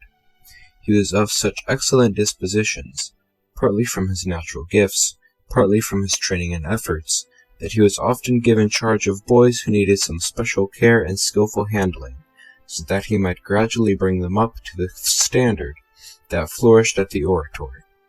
In carrying out these charges, he was particularly apt at profiting of every occasion that presented itself, whether in recreation, or walks, or church. But if he was regarded as a friend by the boys in general, he was something more to those who were associated with him in the Sodality of the Immaculate Conception. These were his co-workers, counselors, and intimate friends. They were brought together for their extra devotions, their talks and arrangements, their discussions concerning the boys who were entrusted to their care for special guidance, and all other items concerning the apostolate of those who belonged to the Sodality, and which was far-reaching in its scope. These conferences and propositions were made with the approval of the director, but were held by the boys themselves. Savio was the prime mover in these meetings, and, in fact, was looked up to as the teacher and guiding spirit. There were, however, several prominent members who were very like him in their zeal and piety, and in their skill and capabilities in assisting in the training of their younger companions. Many of these are still living, and engaged in the priesthood or in prominent positions. It would therefore, perhaps, not be tactful to speak of them directly, but I have thought it useful to call attention to two of them who have already been called away to their eternal reward. They are Camillus Savio and John Massiglia. The former only remained at the oratory 2 months, but it was long enough to leave a lasting remembrance. His piety had always been conspicuous, and with this he possessed remarkable talents, particularly for painting and sculpture, so much so that the municipality of Tortona, his native city, had awarded him a scholarship, so that he might come to the schools of Turin to continue his studies and artistic training. Shortly before his arrival at the oratory, he had recovered from a serious illness. This doubtless accounted for much of his quiet, retiring life, for he was practically only then convalescent, and at a distance from his home and friends. Moreover, he knew none of the boys at the oratory, and all these circumstances combined to make him rather a spectator of than a partner in the games, and he was often noticed with a far-away, abstracted look. Savio soon made his acquaintance and got into conversation. He had quickly elicited the main facts of the boy's life, including his late illness, but this last item should be described in the words of the actual speakers. The newcomer had described briefly his illness, which was concerned with a weakness of the heart, and had brought him to death's door. "You desired very much to be cured, I suppose?" inquired Dominic. "No, not a great deal. I only desire that the will of God might be done." No more than this was required to convince Savio that his new acquaintance was gifted with extraordinary piety, and he secretly rejoiced at this acquisition to the oratory. He therefore followed up the boy's response by remarking, "Whoever desires to do the will of God is anxious for his own sanctification. Do you ever feel this desire?" "Oh yes, it has long been my chief ambition." "Very good. The number of our friends increases daily. You will join in our circle of those who have the same ambition as you have." The new boy agreed, and a discussion was held as to his future conduct.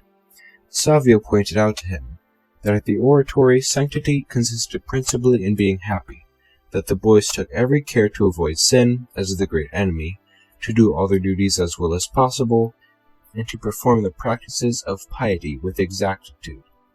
Servite Domino in Laetitia is to be our motto.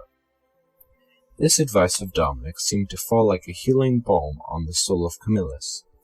He became a close companion of Dominic's, and from him learnt the secrets of great holiness that he had himself acquired.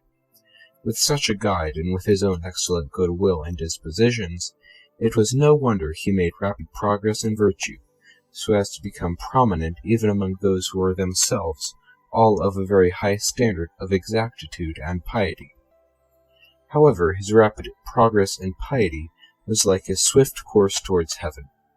The illness he had described to Dominic had left effects that could not be removed by medical aid, and it was soon evident that he was in a very dangerous condition.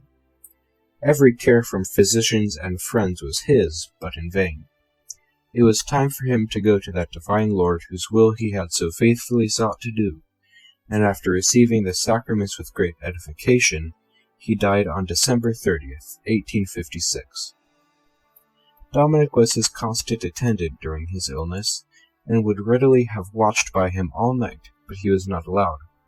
When he was told that his companion had died, he asked to go and see the body, and looking at the face of his friend, he said with emotion, "Farewell, Savio. I am quite sure that you have gone to heaven, so prepare a place for me. However, I shall always be a friend to you, and shall pray for the repose of your soul as long as I am here on earth." The Sodality of the Immaculate Conception has special rules for the prayers and communions to be offered for the deceased members, and Dominic immediately arranged for them to be carried out. His words and recommendations to his companions on this occasion were typical of that gravity which he always displayed in regard to things of the spiritual life, of the importance of which he had always an intimate conviction. End of Chapter 17. Chapter 18. Dominic Savio and John Massiglia. There was a boy at the oratory whose character and career bore a striking similarity to Dominic's. He had come to Turin at the same time. He had come from a little place quite close to Mondogno, so that they were practically from the one district. He had the same intentions as Dominic, to embrace the ecclesiastical state, and he was inspired with a like eagerness to advance in the science of the saints. This was John Masiglia. He had been talking one day to his friends about their future hopes, and after their exchange of ideas, Dominic said, "It will not be sufficient for us merely to desire to become priests. There are means to be adopted to acquire the virtues that are suitable to that state." John replied that he was fully aware of it, but that he had confidence that they would have the grace to acquire them if they were chosen to be among the ministers of Jesus Christ. There had been some special sermons and exercises in preparation for the Easter communions, and these two had taken part in them with singular devotion. After their communion, Dominic said to his companion, "I very much desire that we should be true friends, that is, in regard to the affairs of the soul. I propose that from now on we each admonish the other in regard to anything that may be thought useful for our spiritual advancement. If you see anything wrong in my conduct, tell me immediately, that I may correct it. Or if you think of any good I ought to perform, point it out to me." His friend promised to do so, "Though," he said, "there will be no opportunity, and on the condition that you do the same for me, who am in much greater need of such an arrangement." Dominic replied that this was not the time for compliments, but that henceforth they would help each other in the progress of their soul.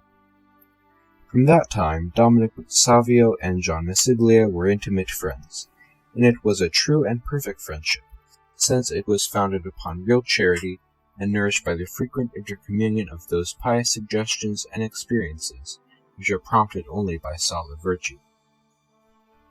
At the end of the scholastic year, after the examinations, all the boys were allowed to go to their homes for the vacation, but some always preferred to remain at the oratory, both for the advantages of extra study and to continue their exercises of piety, which could scarcely be carried on at home. Savio and Masiglia were among the number, but I knew that both were eagerly expected by their parents to spend the holidays at home, and that a change and rest were necessary after their year's work at their books. I therefore met them both together and said, "Why do you not prefer to go home for a time?" No answer was at first forthcoming. Both began to smile. "What is the meaning of that smile?" I inquired. Then Dominic replied, "We know that our parents would like us to go home, and in one way we are anxious to go. But as long as birds are in their cage, they are safe from the hawk. Once out of it, there is risk of falling into the toils of the enemy of souls."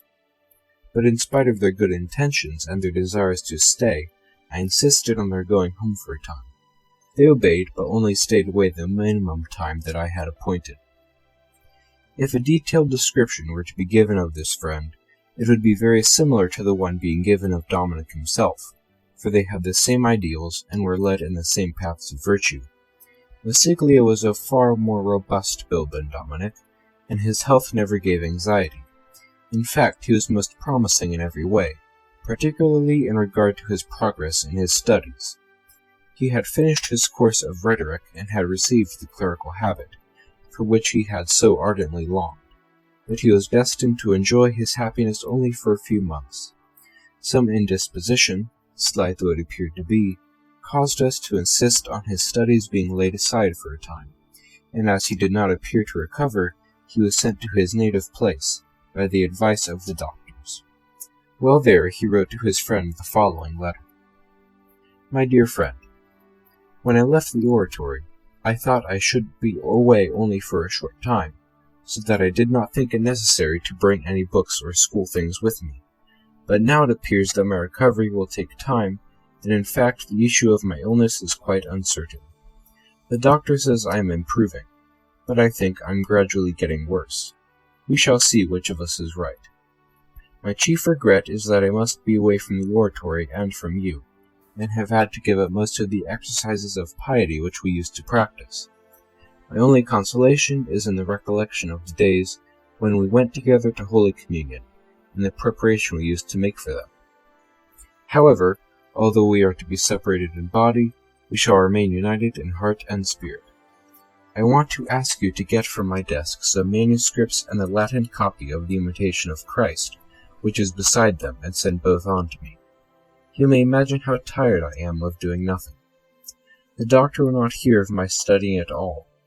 I have plenty of time for consideration, and often wonder whether I am to be cured, or to go back again to the oratory, or whether this is destined to be my last illness. In any case, I feel ready to submit with joy to the holy will of God. If you have any suggestion to make, tell me of it. Do not forget to pray for me, and if we may not have the opportunity of enjoying our former friendship, I trust we shall enjoy together one day a happy eternity. Remember me to all my friends, particularly to the Sodality of Our Lady Immaculate. Believe me, your affectionate friend, John Massiglia. Dominic at once carried out his friend's request, and enclosed the following letter. My dear Massiglia, your letter was a source of consolation to me, and all your friends, for it at least showed that you were alive, a fact which we were beginning to doubt, and did not know whether to sing the Gloria Patri or the De Profundis. The things you have asked for are being sent. I will only remark that though Thomas à Kempis is a good friend, he is dead and gone. We must search for him in his writings, and make his counsel living again by putting it into practice. I see that you are desirous for the opportunities we have here for the performance of the spiritual exercises. You are right. When I am away from the oratory, I feel the same need. I used to try to make up for it by visiting this Blessed Sacrament every day, and getting some companions to go with me if they would. Besides the Imitation, I used to read The Hidden Treasure by St. Leonard of Port Maurice. You could do the same, perhaps, if you feel disposed. You say that you do not know whether you will return to the oratory or not. Truth to tell, I also feel that my health is showing alarming symptoms, and I have a presentiment that I am advancing with rapid strides towards the end of my studies and of my life. We can at least pray for each other, that we may have the grace of a happy death. Whichever one of us goes to heaven first must prepare a place for the other, and will be able to stretch out a helping hand to lead him to his heavenly home. May God keep us in his grace, and help us to become saints, for we may not have long to live. All your friends are longing for your return to the oratory, and send their kind remembrances to you. For myself, I remain your most affectionate friend, Dominic Savio. The illness of young Massiglia, as we have said, appeared slight at first. More than once he seemed quite recovered, but again relapsed until he was quite suddenly brought to the point of death. Father Vaffray, who was his director while at Mondogno, writes, he had time to receive the last comforts of religion, and did so with greatest edification. He died the death of the just man who leaves this world to go straight to his reward. Savio was profoundly grieved at the death of his close friend, and although resigned to the will of God, he mourned his loss for some time. It was almost the only occasion that I had seen his gentle face covered with the tears of sorrow. His one consolation was to pray for his friend's soul, and to get others to pray for him. More than once he said, Massiglia has gone to join Gavio in heaven. When shall I go to join them in the bliss of paradise?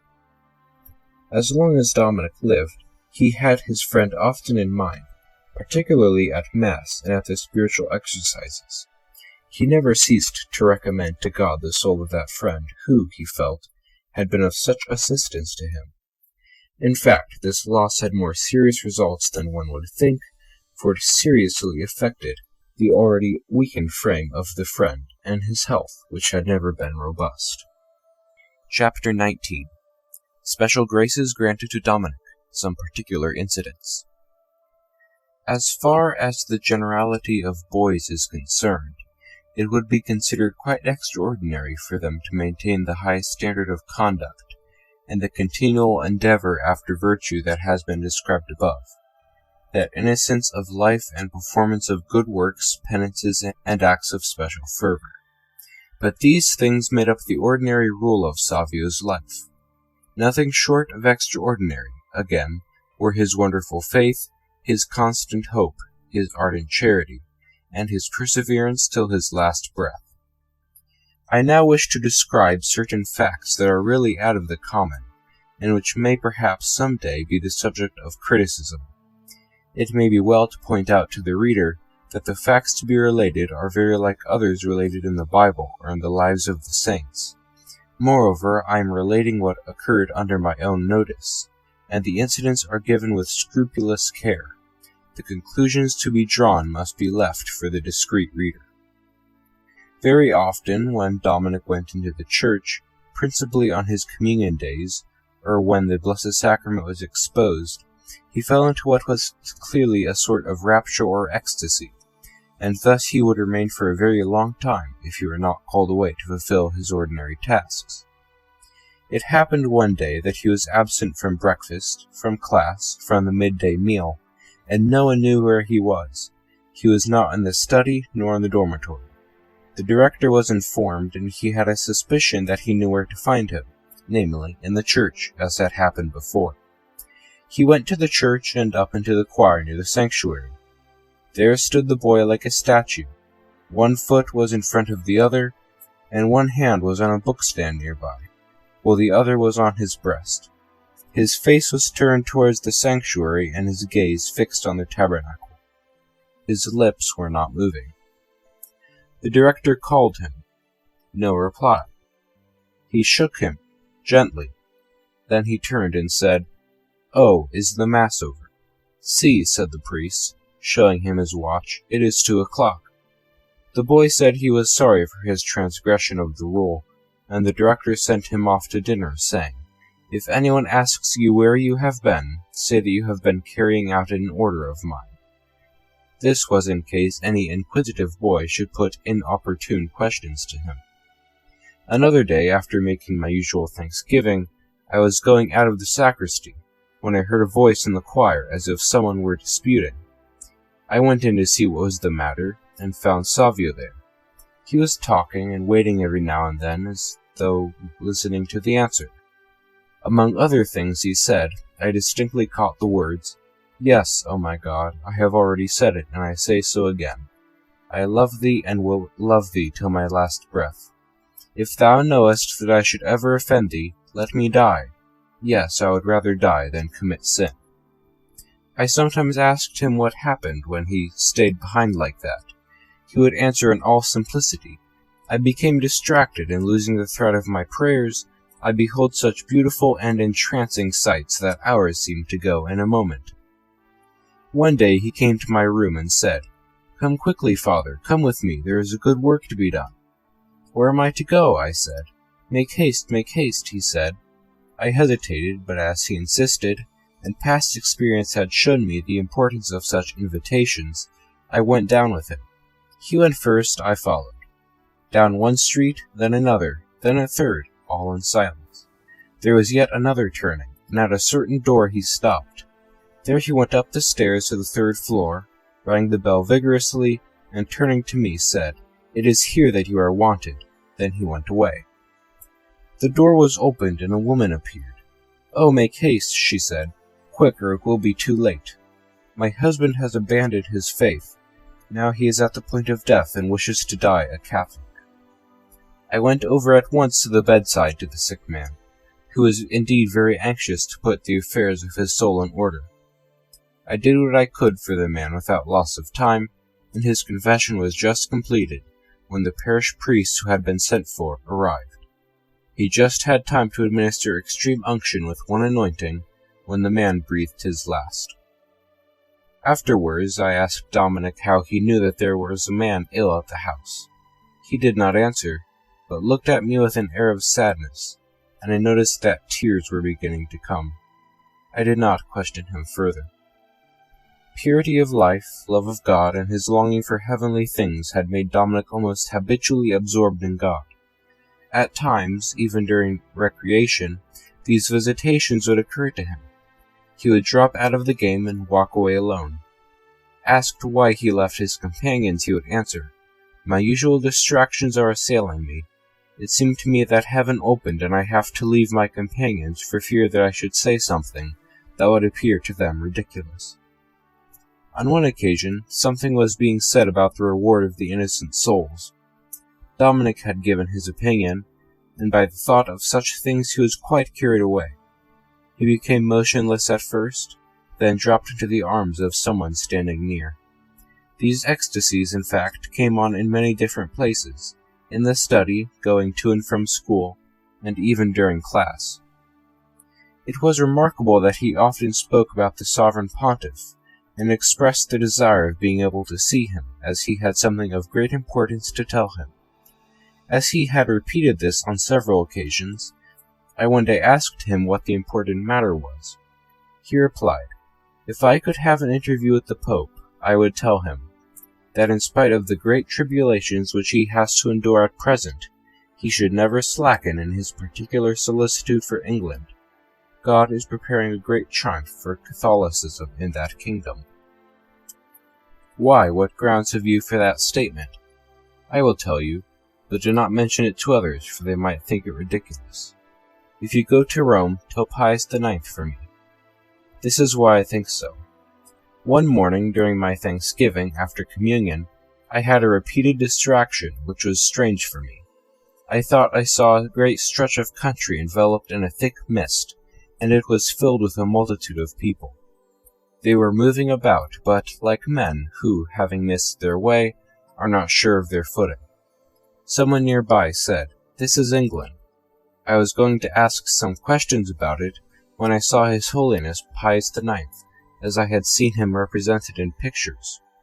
He was majestically clad and was carrying a shining torch with which he approached the multitude, as if to enlighten their darkness. As he drew near, the light of the torch seemed to disperse the mist, and the people were left in broad daylight. This torch, said my informant, is the Catholic religion which is to illuminate England.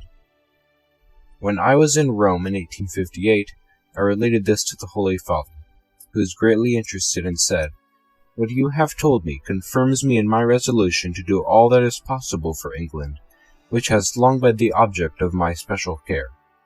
What you have related is, to put it at its lowest estimation, the counsel of a devout soul. There are many other facts of a somewhat similar nature, but which are out of place in a small life like this. I have left them on record, so that, when, in the opinion of others, their publication is demanded, they may be given to the world." End of Chapter 19. Chapter 20. Dominic's ideas about dying and his preparation for a happy death. The brief years of Dominic's innocent life, as above related, may well be considered as a continual preparation for death, but he regarded the sodality of the Immaculate Conception, which he had practically founded, as a secure means for obtaining the assistance of the Blessed Virgin at the point of death, which many thought to be a not very remote contingency in Dominic's case. I do not know exactly whether he had a revelation concerning the time or circumstances of his death, or merely a presentiment of it, but it is certain that he spoke of it a good time before it occurred, and with such clearness and circumstantial knowledge that it could not have been described more exactly by one who had actually witnessed his death. On account of this state of his health, every care was taken to moderate his studies and his exercises of piety, but as an effect of his natural delicate build and the constant spiritual effort, his strength gradually gave way. He had no misgivings about this himself, and had often said, "I must hurry, or else night will overtake me on the way," which meant that he had only a short time left to him, and that he should use it well in the performance of good works. It is the custom at the oratory for the boys to make the exercises for a good death every month. This consists chiefly in approaching the sacraments of confession and Holy Communion as though it were to be for the last time. Pius IX had granted several indulgences to this pious exercise. Dominic always made this preparation for a good death with an exactitude that could not be excelled. Among the prayers said in public on this day are an Our Father and Hail Mary for the one amongst us who shall be the first to die. On one of the monthly exercise days, Dominic playfully said, instead of saying for the first one amongst us who is to die, it ought rather to be for Dominic Savio, who will be the first one amongst us to die. And this he remarked on more than one occasion. In 1856, just before the month of May began, he went to his director to ask for some spiritual guidance in order to keep the month with particular devotion. The director told him it should be done by the most exact fulfillment of one's duties, by receiving Holy Communion daily, and performing some little act in honor of Our Lady every day. Dominic then wished to know what special grace he should ask for, and was told to ask that Our Lady might obtain for him an improvement in health, and the grace to become more pleasing in the sight of God. To this Dominic replied, "Yes, I shall ask the grace to become a saint, that she may help me in the last moment of my life, and that I may die a holy death." In fact, during that month, he seemed to live only outwardly amongst us, and to be more than usually in communion with the world of angels, and his efforts to do something in honor of Our Lady every day were remarkably successful, so much so that a companion was prompted to remark about him, "If you do so much this year, how will you be able to improve upon it next year?" Dominic replied, "You may leave that to me. I must do all that is possible this year, and if I am here next year, I will answer your question." In order that his failing health might have every care, I arranged for a medical consultation. Dominic was examined by these specialists, and all wondered at his bright cheerfulness of disposition, the acuteness of his intellect, and the prudence displayed in his replies. Dr. Vallardi, of distinguished memory, who is one of the most eminent consulting physicians, said, "What a priceless treasure you have in this boy." I asked him what was the cause of the boy's gradual decline, that could be noticed almost day by day. He said it was the delicacy of his constitution, his precocious knowledge, and the constant, highly strung tension of his whole being. These were too great a strain on his vital powers. "Is there any remedy that you can suggest?" "The best remedy, as far as I can see, is to let him go to paradise, for which he seems to be quite ready. But the only thing that can prolong his life is to make him put his studies entirely aside, and let him have some light occupation suitable to his strength." Chapter 21. Dominic's interest in the sick. He had to leave the oratory for change of air. His parting words. Dominic's gradual decline was not so rapid or so marked as to cause him to be continually in bed. He sometimes went into the classroom or the study, or helped in some light domestic work, as the doctor had suggested, but his chief delight was to attend on his sick companions whenever there chanced to be any. But he seemed to derive such pleasure from it that he doubted whether it could be meritorious in the sight of God. However, while he waited upon their needs, he was particularly pleased to be able to assist them in some spiritual way, and was very skillful in his method of so doing. He remarked to one companion that the poor body could not last forever, so that it had to become weak some time or other, and gradually be consumed, but then the soul which had been set free would go to its everlasting home, and enjoy an eternal happiness. If the medicine were distasteful, he would remark to the sick boy that it was not nearly as bad as the gall and vinegar of our divine Lord, and that it was ordained by God that these remedies should be provided for the body. Dominic's own health had already made it evident that he would have to leave the oratory and go home for his native air. He had a great repugnance to this, for it interrupted his practices of piety, and in fact I had sent him to his home just before this, but he only remained there a few days and then returned to the oratory. I must own that our regret was mutual, and I would have made every sacrifice to keep him amongst us. I regarded him with the affection that a father has towards the best beloved of his sons. But the recommendations of the doctors made it clear that it would be against all prudence to keep him longer at the oratory, especially as he had been troubled with a severe and obstinate cough for some days. Notice was accordingly sent to his father, and the day for his departure was fixed for March 1st, 1857. In order to make a sacrifice for his will to God, Dominic submitted to this arrangement, for he would have much rather ended his days at the oratory. Somebody suggested to him that it would not be for long, but that he would remain quite well and be able to continue his studies. But Dominic was under no misapprehension. He replied that he was going away, and he knew quite well that he would never return. On the evening before his departure, He stayed with me a long time, so much so that he had no wish to leave me. He had a great many questions to ask, concerning chiefly his own method of action as an invalid, which now he was, and how he might make that state meritorious. I told him that he should offer his illness and his life to God. He was anxious about his past faults and whether I thought he would be saved. I assured him that whatever he might have committed was forgiven, and that he need have no fear of being saved. In regard to temptations, I counseled him to reply to the tempter that he had already given his soul to our Lord, who had redeemed it with his precious blood. He had many further questions about dying and about heaven, and he seemed like one who had his foot upon the threshold of heaven and wanted to know beforehand what it was like. The day for his departure happened to be the day for the exercises of a happy death, and these he made with the utmost fervor. In fact, I have no words in which to describe the devotion with which he approached the sacraments, though it made a deep impression on me. He regarded these exercises as his actual preparation for death, and thought that perhaps his end might come at any moment. His few preparations for departure were soon made, though they were carried out with that scrupulous care which showed that he regarded them as the last acts he would do at the oratory. He went to each of his companions to say good-bye, and to several he gave a little message of advice or encouragement or recommendation. To one boy he owed a few pence.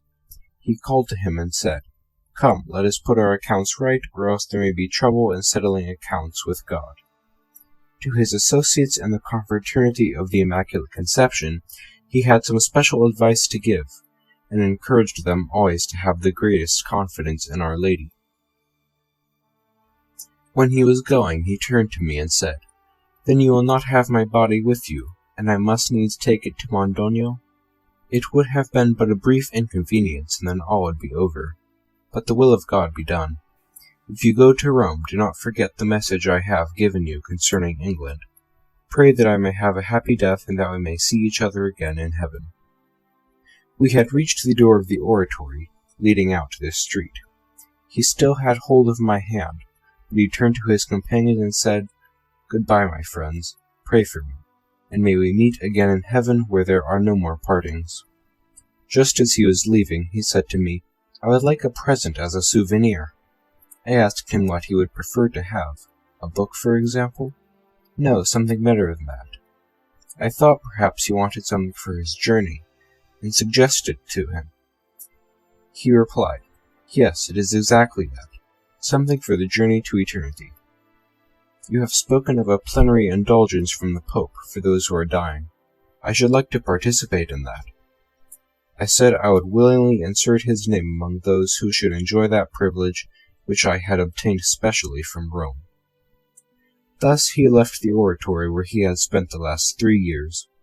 They had been 3 happy years for the boy, 3 years of continual edification for his companions, and even for his superiors. He had left it now to return no more. His parting salutations, so unusual in a boy, had astonished all of us. We knew that he suffered a good deal from his illness, but as he was nearly always up and about, we were not accustomed to regard it as causing immediate anxiety. His cheerful disposition also went far to conceal his sufferings.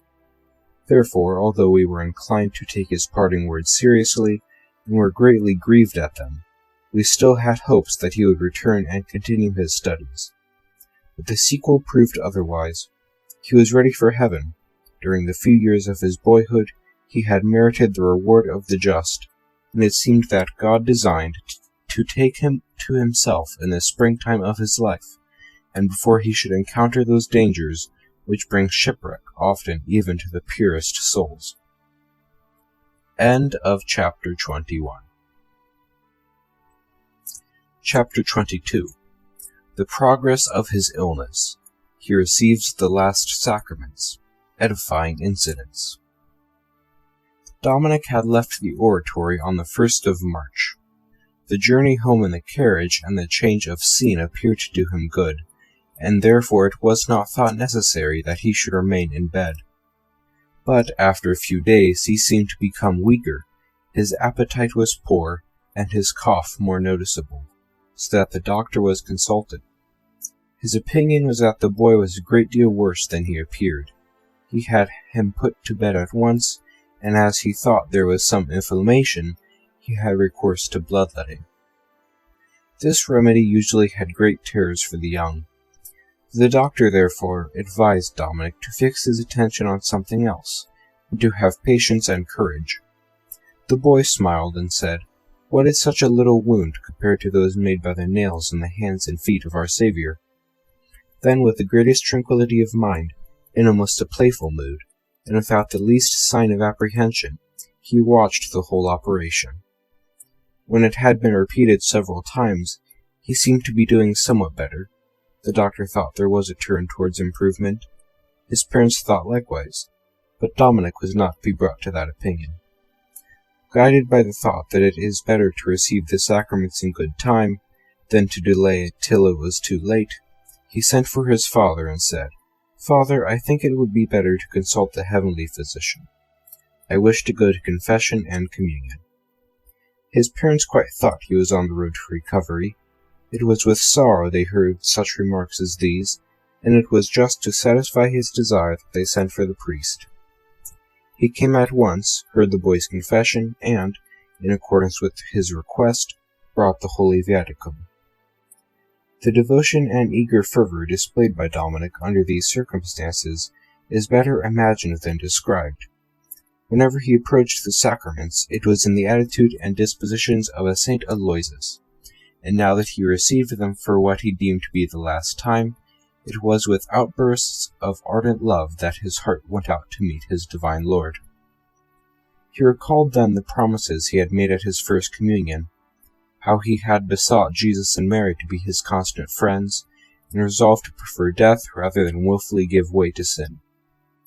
When his thanksgiving was over, he said in complete tranquillity, "Now I am at peace. It is true that I have to make the long journey to eternity, but with our divine Lord by my side, I have nothing to fear." Tell everyone that if they have him, there is nothing to fear, not even death itself. Dominic had always been a model of patience under suffering, but this virtue was even more conspicuous in him during his last illness, which he bore as a saint. Whatever he could do for himself, he wished still to do, so as not to inconvenience anyone. He thought his parents had already had too much to bear from him. He took any and every medicine without the least sign of distaste, and underwent 10 times the operation of bloodletting without any sign of impatience. After 4 days of attendance, the doctor congratulated the boy and his parents on the improvement he found, and told the mother and father to thank God that now the worst was over, and only convalescence remained. The parents were naturally pleased, but Dominic smiled and said, "The world is overcome. I have now only to make a befitting appearance before God." When the doctor had gone, Dominic seemed to place no reliance on his promise of recovery, and asked that the sacrament of extreme unction might be administered to him. In this again the parents only complied in order to satisfy him, for neither they nor the priest could perceive any signs of his being near to death. The very serenity of his countenance and his bright conversation made them believe that there was really some improvement. But whether Dominic was guided by sentiments of devotion, or whether some divinely inspired voice had spoken to his heart, the fact is that he counted the days and hours of his life as a person reckons numbers in arithmetic, and every moment was occupied in preparation to appear before God. Thus, before receiving extreme unction, he expressed his devotion. "Pardon my sins, O God, for I love thee, and wish to love thee forever. May this sacrament which thou hast permitted me to receive in thy infinite mercy blot out all the sins I have committed by my hearing, sight, tongue, hands, and feet. May my body and soul be sanctified through the merits of thy passion. Amen." He answered all the responses in such a clear voice, and with such realization of their meaning, that one would have imagined him to be in perfect health. It was then the 9th of March, the 4th day of his illness, and the last day of his life. His strength was diminishing, and remedies seemed to have no effect, so that the papal blessing was given. He said the Confiteor himself, and responded to the priest in his turn. When he was told that it earned with it a plenary indulgence, he showed the greatest joy and said Deo gratias et semper Deo gratias. Then he turned to the crucifix and recited some verses of a favorite hymn. Chapter 23. His Last Moments and Holy Death. It is one of the maxims of our faith that at the hour of death we reap the fruit of our good works during life. Quae seminaverit homo haec et metet. However, it sometimes happens that good, pious people experience fear and dread at the approach of death. This is in accordance with the adorable decrees of God, who wishes to purify those souls from the small stains they may have contracted, so that they may increase their merit in heaven. It was not thus with Dominic Savio. It is my conviction that God deigned to give him the 100-fold, which he bestows upon the souls of the just, as a preliminary to the glory of paradise. And indeed the innocence which he preserved to the last moment of his life, his generous faith, his habit of constant prayer, his mortifications, and the sufferings which had, as it were, beset his life, certainly merited that consolation for him at the hour of death. Hence it was that he perceived his end approaching with the tranquillity of an innocent soul. It would seem that he did not feel even the suffering and oppressiveness which are a natural outcome of the efforts of the soul to break the bonds by which it is united to the body. In short, Savio's death was more like the passing into a peaceful slumber. By the evening of March 9th he had received all the consolations of our holy religion. Anyone listening to his voice or noticing his cheerful countenance would have thought he was lying in bed for a little rest. His bright manner, his looks, still full of life, the complete possession of his senses, quite astonished everyone, and nobody except himself believed him to be on the point of death. An hour and a half before he passed away, the parish priest came to see him, and seeing how calm he was surprised to hear him recommending his soul to God. He continued to make aspirations and short ejaculations, expressing his desire to go speedily to heaven. The priest remarked, "I am at a loss to know what to suggest for the recommendation of a soul of this sort." He recited some prayers and was about to leave, when Dominic asked him for some final thought by way of souvenir. The priest said he could recommend nothing to him but the thought of the Sacred Passion. Dominic thanked him for this, and continued to recall it, and to repeat invocations to Jesus and Mary. Then he rested for about half an hour. At the end of that time he turned to his parents and said, "Father, it is time." The father replied, "I am here, my son, what would you like?" "It is time, Father. Get my prayer book and read the prayers for a good death." At these words the mother began to weep and had to go out of the room. The father was greatly moved, but he restrained his grief so as to read the prayers. Dominic repeated them after him, and, in the proper place, said by himself, "Merciful Jesus, have mercy on me." When they came to the part which says, "But deign to receive me into thy kingdom, where I may forever sing thy praises," Dominic added, "Yes, that is exactly what I desire, to sing the praises of God for all eternity." He now seemed to rest a moment, as though pondering over something in his mind. Then he opened his eyes again, and said with a clear voice and a smiling countenance, "Goodbye, Father, goodbye. The priest wanted to tell me something else, but I cannot remember it now. Oh, what a beautiful sight I behold!" Thus saying, with his hands joined in a heavenly smile, his soul passed away. Yes, go forth, faithful soul, to meet thy Creator. Heaven is open to thee, and the angels and saints are rejoicing for thee. Jesus, whom you loved so much, invites you and says, "Come, good and faithful servant, thou hast fought and won the victory. Come and enjoy that happiness which will never fail. Intra in gaudium Domini tui." End of chapter 23.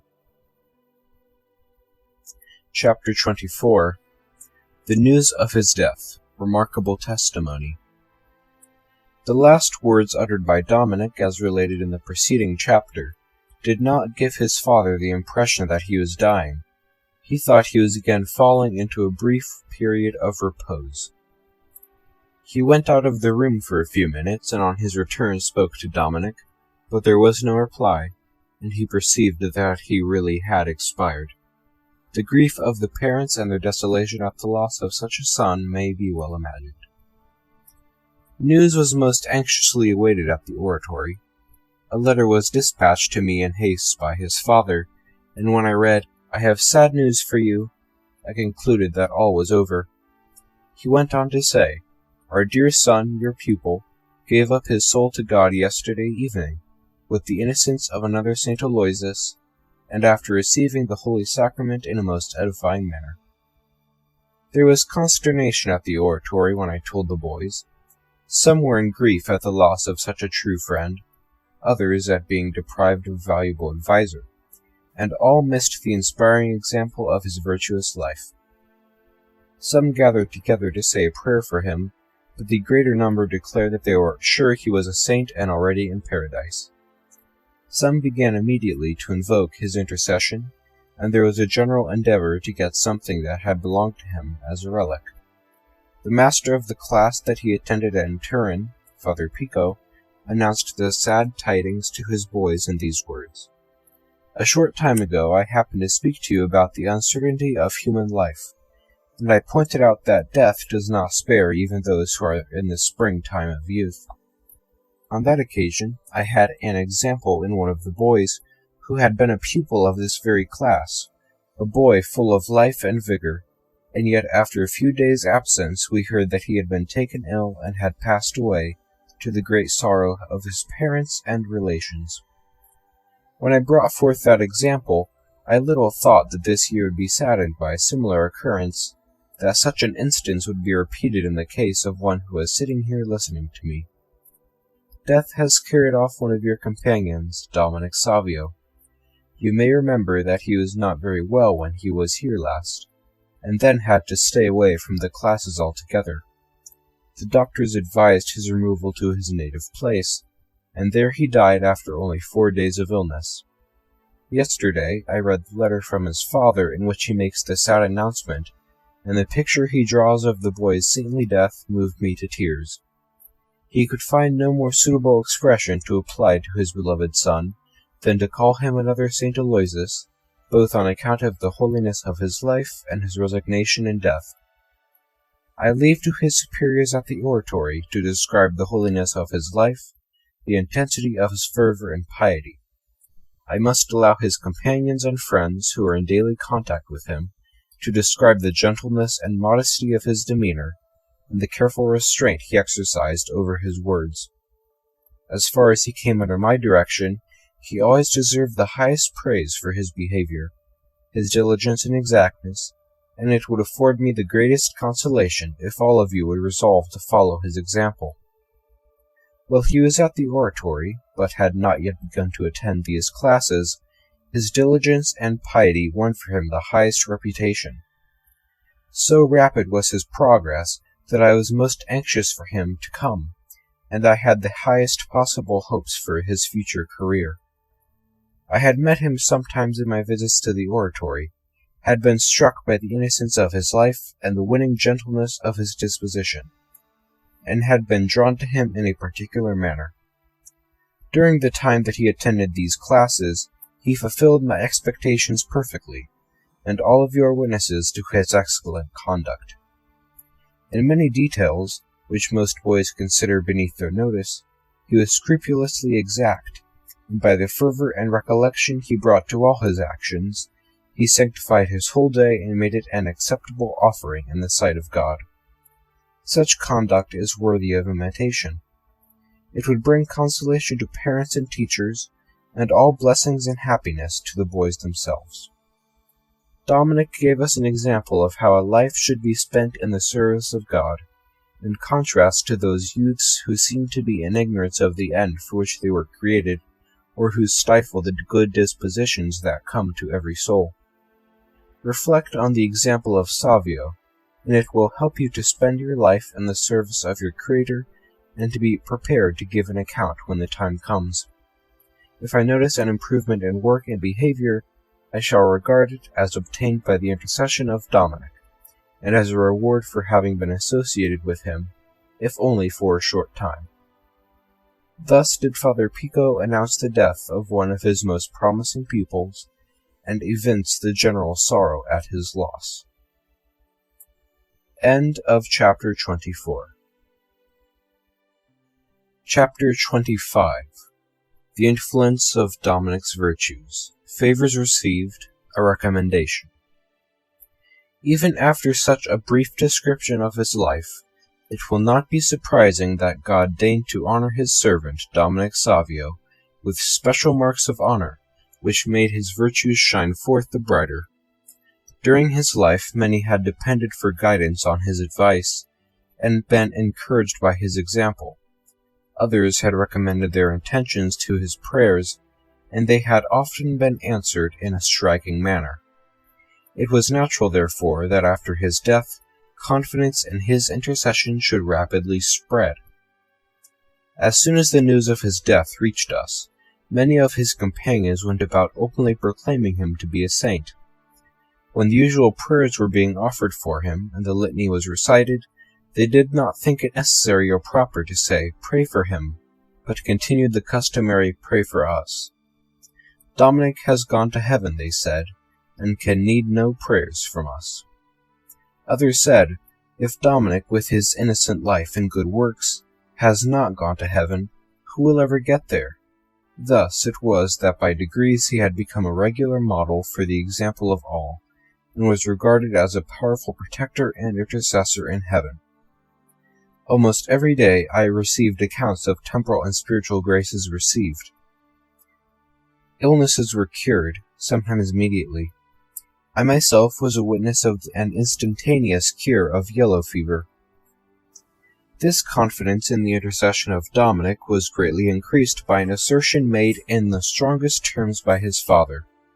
He says, "I was in the greatest affliction at the loss of my son, and was consumed by a desire to know what was his position in the other world.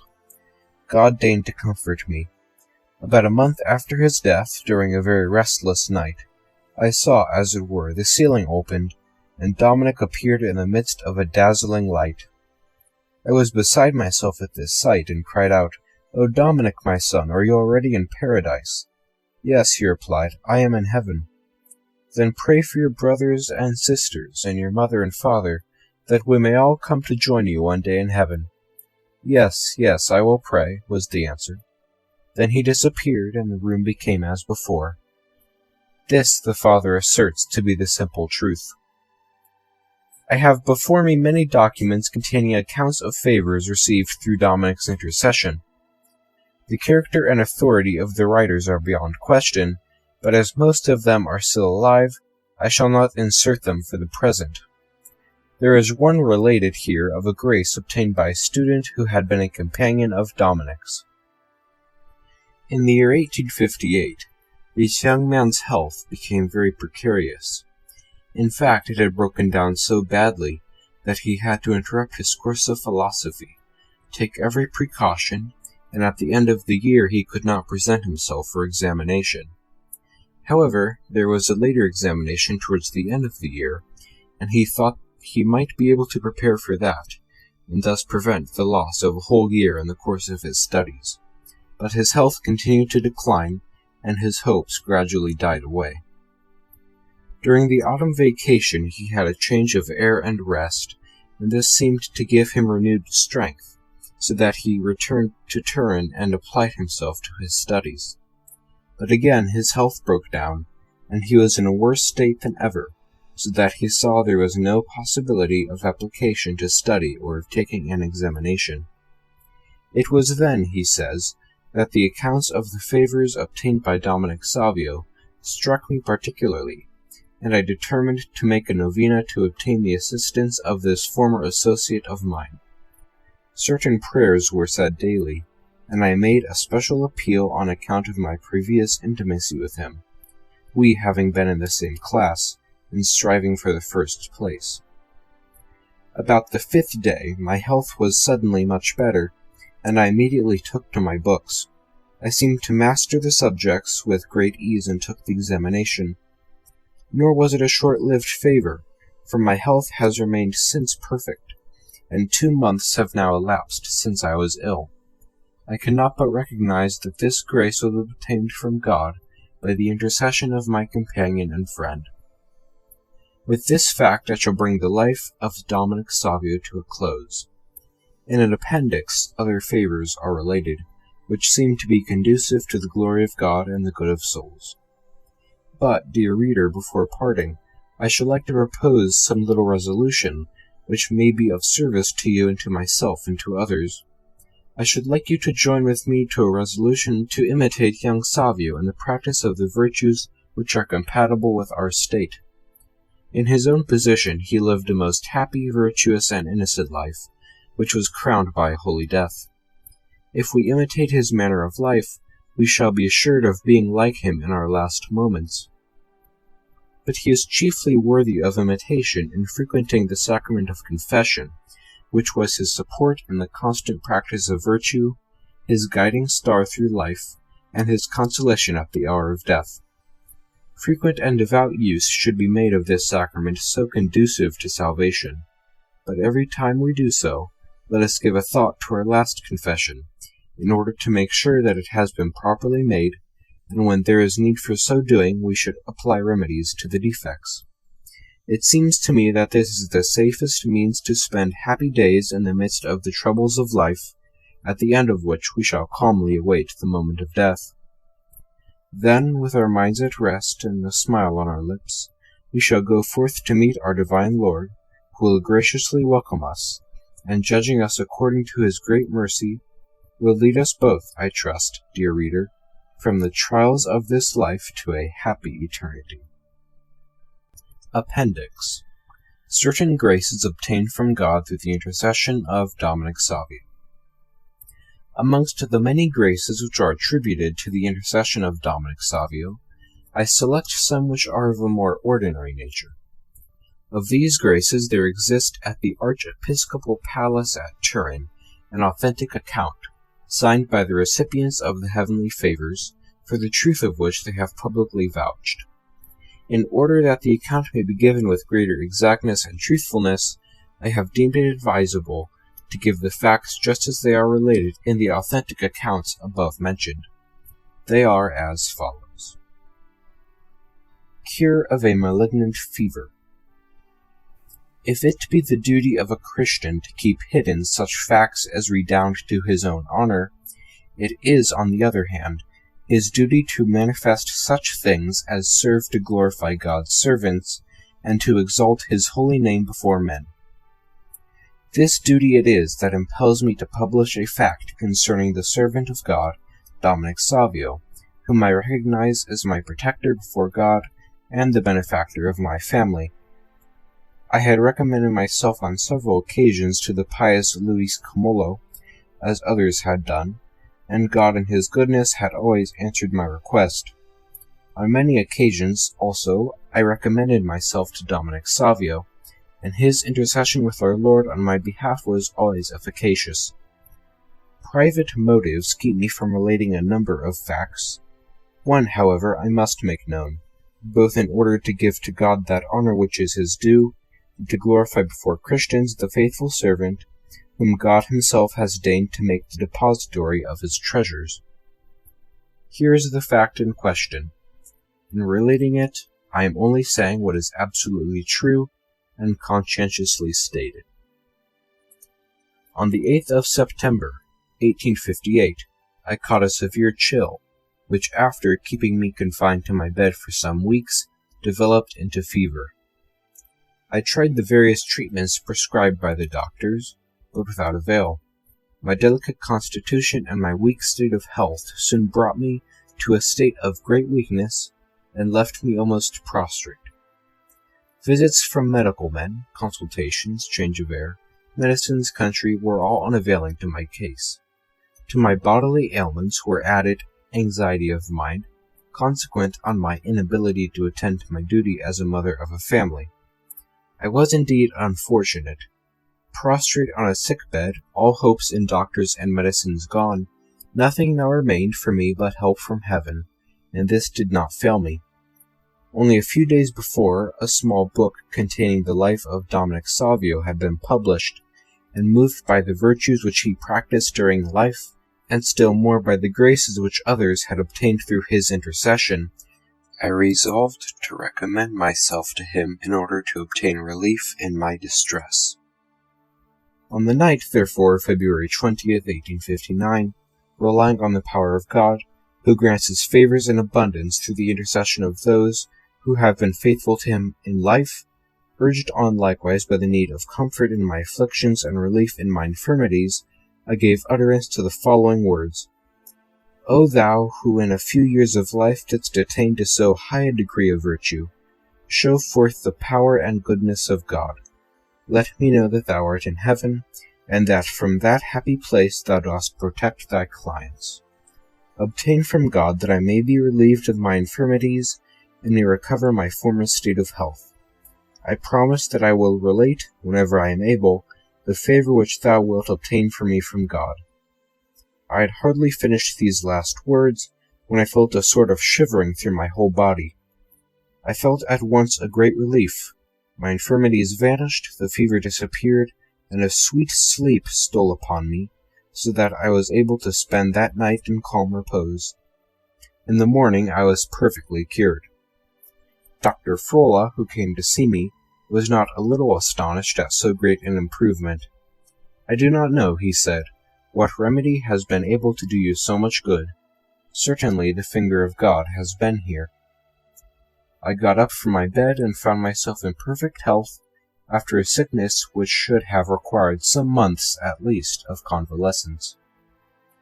8 months have elapsed since my cure, and up to the present, thank God, through the intercession of that holy youth, Dominic Savio, I have not been subject to ailments of any sort. All this that I have of my own accord here set down, I desire to be published wherever it may be deemed to promote the greater glory of God and the good of souls, and I am prepared to testify to the truth of the same in the presence of any person whatsoever. I have subsequently on various occasions had recourse to this heavenly benefactor, and have always been heard. May these facts serve to strengthen the faith of other faithful Christians, so that they may have recourse to this source of blessings, and may they find in their spiritual and temporal needs effectual help in him, who lived a holy life on earth, and now in his glory protects us in heaven. Countess Buschetti, née di Mazzinelli, Turin, 15th of October, 1859. Cure of a serious eye complaint. It was in 1858, about the end of May, that my eyes became seriously affected, and the pain continued, sometimes diminishing, sometimes increasing, up to the November of 1859. Beginning from the month of March of that year, it increased to such an extent that I was from the very outset constrained to lay aside all studies, and later on to give them up altogether. In the early part of July, my affliction had increased to such an extent that college life, which I had before enjoyed, now appeared to me to be unbearable. Thus it came about that, owing to the state of my eyes, and the regret I felt at the sight of my companions working for the approaching examinations, I had to go home. I thought some improvement might follow, and indeed I did get slightly better, but only for a short time. 4 or 5 days had scarcely elapsed from the time the improvement set in, when the malady again took a turn for the worse, and I was not merely reduced to my former state, but to a far more deplorable one. I then had recourse to several doctors. One of them required me to take about 400 pills of some particular make.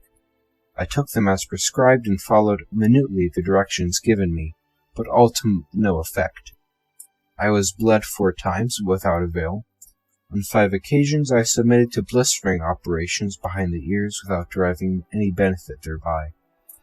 I was at this time visited by other well-known eye specialists, among others Cavalieri Sprin, Dr. Fisore, and Dr. Paganini, but after submitting me to various tests, they told me plainly that the way to cure the disease with which I was afflicted was still to them an unknown problem.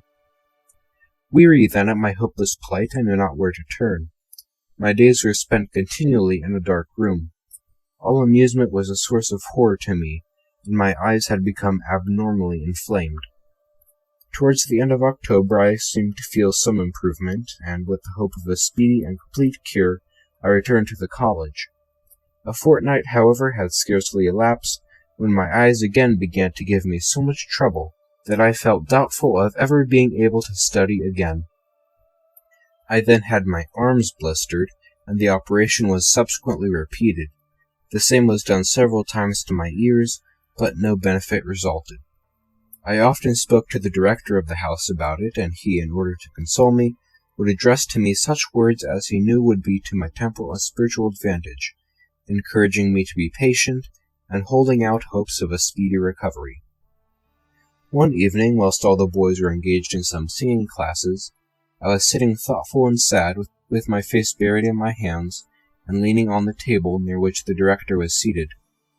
Presently he arose, and coming quietly up to me, touched me on the shoulder, smiling as he did so, and spoke to me as follows. "Why can we not free you once and for all from this trouble? I wish to see the end of it. Let us endeavor to take possession of Dominic Savio, and not allow him to depart until he has obtained your cure." At these words I looked at him steadfastly, but said nothing. Then he continued, "Yes, pray every day during this novena." It was the eve of the feast day of the novena for the feast of the Immaculate Conception, "to Dominic Savio, that he may intercede for you. Endeavor to be in such a state as to be able to go to communion every day of this novena. In the evening, before retiring to bed, say these words, 'Dominic Savio, pray for me,' and add one Hail Mary." I promised to do this exactly, upon which he continued, "That is right, do what I have told you, and I will remember you every day of this novena in the Holy Mass.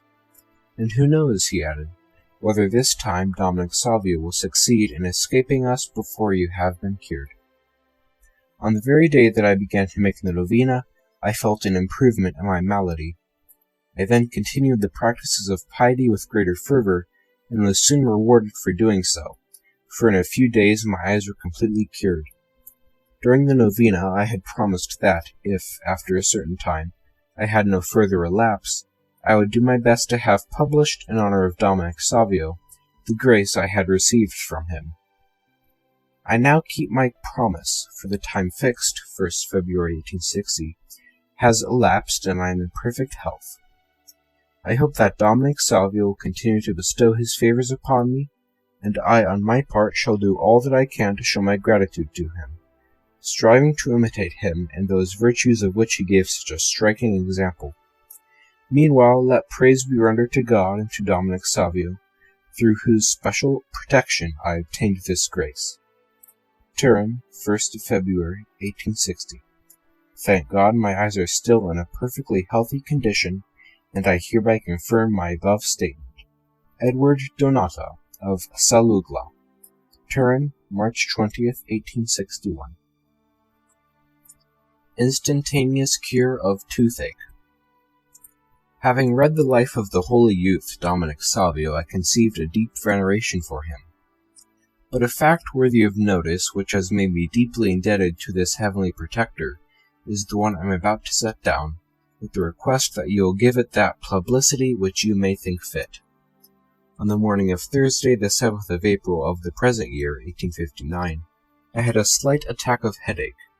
I paid no heed to it, thinking it was only a passing indisposition, but it increased as the day went on, so that I was unable to work or to sleep the following night. On getting up on Friday, with the pain ever increasing, I was seized with such a sharp attack of toothache that although I went to class, I could neither study nor attend to the explanations given, nor to anything else, so severe was the pain I experienced. The trouble went on increasingly until, in the evening, in sheer desperation, I was seized with a fit of uncontrollable weeping. It was time for the evening class, and I was wandering aimlessly about the house, a prey to racking pain, when the prefect met me on the balcony overlooking the playground. "Recommend yourself to Dominic Savio," he said to me, for he understood the cause of my trouble. Recommend yourself to Dominic Savio. He can cure you if he wishes to do so." I thanked him for this advice and reproached myself for not having thought about it sooner. I hastened at once to Our Lady's altar, knelt down on the step, which had so often been hallowed by the presence of Savio, when he used to withdraw to the silence of the sanctuary, his heart filled with devotion towards her, by whose aid he succeeded in attaining the love, zeal, and piety which now form a crown of glory for him in heaven. Kneeling down there, I made the sign of the cross and began to pray, determined at any cost to obtain my cure, provided it were in accordance with the will of God. The pain was then at its worst, but at the moment I was saying the words, "Sed libera nos a malo," the aching pain suddenly ceased. My blood resumed its normal course, the face assumed its natural proportions, and I found myself cured and at ease, without any trace remaining to remind me of the agony I had suffered. How can I express the gratitude I then felt, and will ever feel, towards young Savio? What esteem do I not furthermore owe to him, who so speedily cured my body for the good done to my soul? I beg you to take this account into consideration, and make use of it in such a manner as you may judge most suited to promote the glory of God, and confidence in the holy youth Dominic Savio. Obediently yours, Matthew Galliano of Caramanga. The testimony of a mother concerning her son's cure. My only son had been lying sick in the hospital of Saints Maurice and Lazarus for nearly a month. The cause of his illness was a rush of blood to the brain, which made him delirious. Amongst other circumstances of his illness, one deserving of special remark was that nothing could make him utter a word.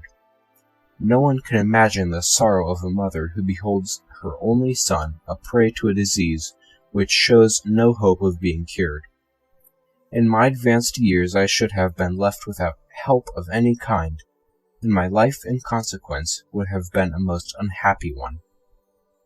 One day, when under the weight of the deepest sorrow, I went with some relatives to the hospital. Whilst we were by the patient's bed, I heard how many times he had been bled, and at the sight of the death-like pallor and emaciation of his features, I burst into tears, and nothing seemed able to console me. But thanks be to God, who deigned to comfort me in an unexpected manner, and to change my sorrow into the greatest consolation. Some little distance off, I noticed a young man with a small book in his hands. He went to a bed next to the one where my son was lying, and having opened the book, showed to the patient a picture of a boy about 15 years of age, whose virtuous life was related in the book. He advised the patient to read and to imitate the virtues of the boy who lived and died like a saint. At the sight of the book and the picture, I thought at once that the boy represented in it was some saint, and, approaching, I said to the one who held the book in his hands, "For the love of God and of our Blessed Lady, give me one of those books for my son." He answered that he would willingly do so, but that it would be useless to give it to one in delirium to read, and that it would be better for him to recommend himself to Dominic Savio, imploring him to obtain his cure. I at once approved of the proposal, and going close to my son, I said to him in a faltering voice, "My son, listen. Recommend yourself to Dominic Savio, so that he may obtain your cure from God." At these words he turned towards me, but remained for a few moments motionless. Then suddenly, to the great surprise of those standing by, and to my great consolation, he said, "I recommend myself to him." Words will not express the joy and satisfaction which my heart experienced on hearing the voice of a son, whose cure I had almost despaired of, on hearing that voice which for 18 days had not sounded in my ears. I then endeavored to make him understand the holiness and virtues of Savio, to whom we had both earnestly appealed. Shortly afterwards, there was a complete change, and he was entirely cured from a disease which the doctors declared could only end in death or the asylum. Mary Pyra, Turin, April 10th, 1860. Sudden cure of rupture. Amongst other favors obtained after recourse to Dominic Savio, the wonderful cure of a young student deserves to be recorded. I myself and many others were witnesses of this fact, which is here described by the recipient of the favor. 3 years ago I suffered from rupture, and though cured of it had undergone intense pain on that account, but on February 20th of this year, 1860, I was attacked by the same complaint whilst at recreation in the playground. I could not stand and was put to bed suffering intensely.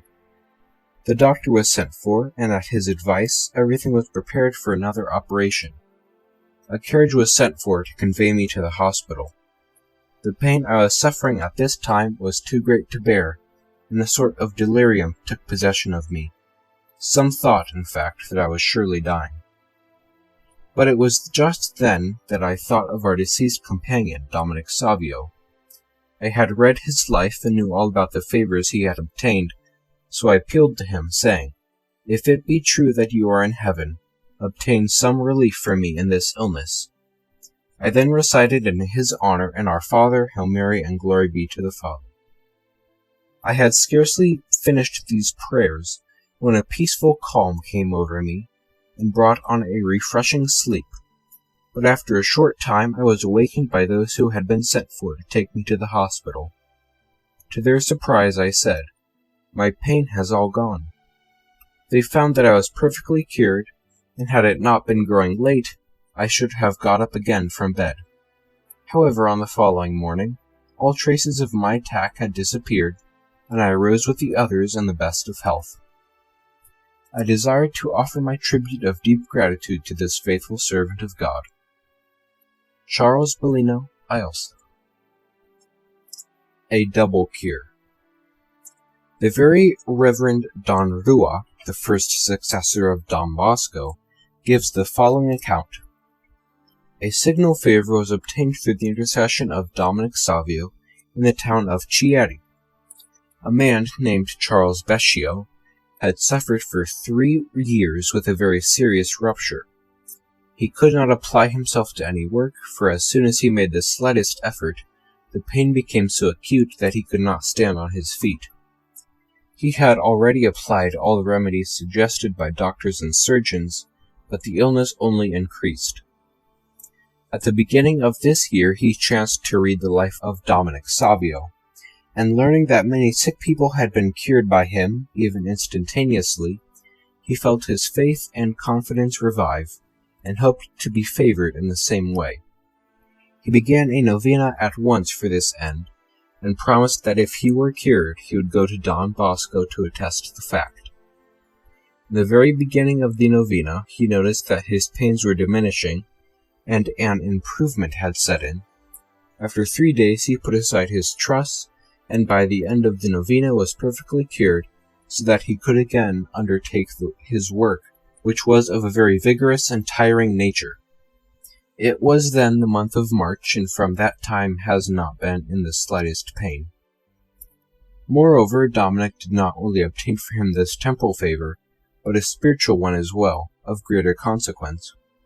For some years he had not approached the sacrament of penance, and felt such a repugnance to do so, that nothing but a special grace would have been able to conquer it.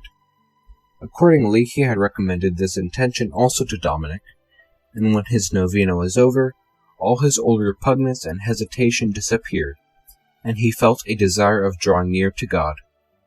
In fact, he approached the sacraments of penance and Holy Communion to his great consolation. The undersigned has taken this down from the recipient of the grace, who is ready to make any attestation required. Michael Rua, priest. Turin, March 10th, 1861. Cure of a serious affliction of the eyes. A matter of great importance urges me to write to you. During January of this year I had been troubled with a painful malady of the eyes, and having tried all material remedies in vain, I determined to have recourse to a spiritual one. Remembering your former pupil, Dominic Savio, and the many graces obtained, for those who invoked his intercession, I had recourse to him also. It was on January 19th, and whilst in the act of prayer, it seemed that he bathed my eyes in some miraculous manner, and from that moment the pain ceased and my sight became clear and strong. It is my earnest wish that the foregoing should be added to the accounts of other miracles worked by God for the glory of his servant. Lawrence Palazza, Carmangola, April 1861. A dangerous illness overcome. Having been requested by a number of prudent persons to inform you of a cure obtained through the intercession of Dominic Savio, I would ask you to add it to the other accounts sent to you. In July 1871, I was attacked by such a violent cough that I could get no rest either night or day. The doctor was sent for, and he consulted others, but there was no sign of improvement. After some days I was evidently growing weaker, and was troubled with catarrh, which made breathing impossible. Acute bronchitis set in. I was unable to do anything but a little reading, and so I picked up Dominic Savio's life, although it was already familiar to me. His virtuous life and the favors he had obtained naturally suggested to me that I should have recourse to him in my illness, and I began a triduum, or 3 days of prayer.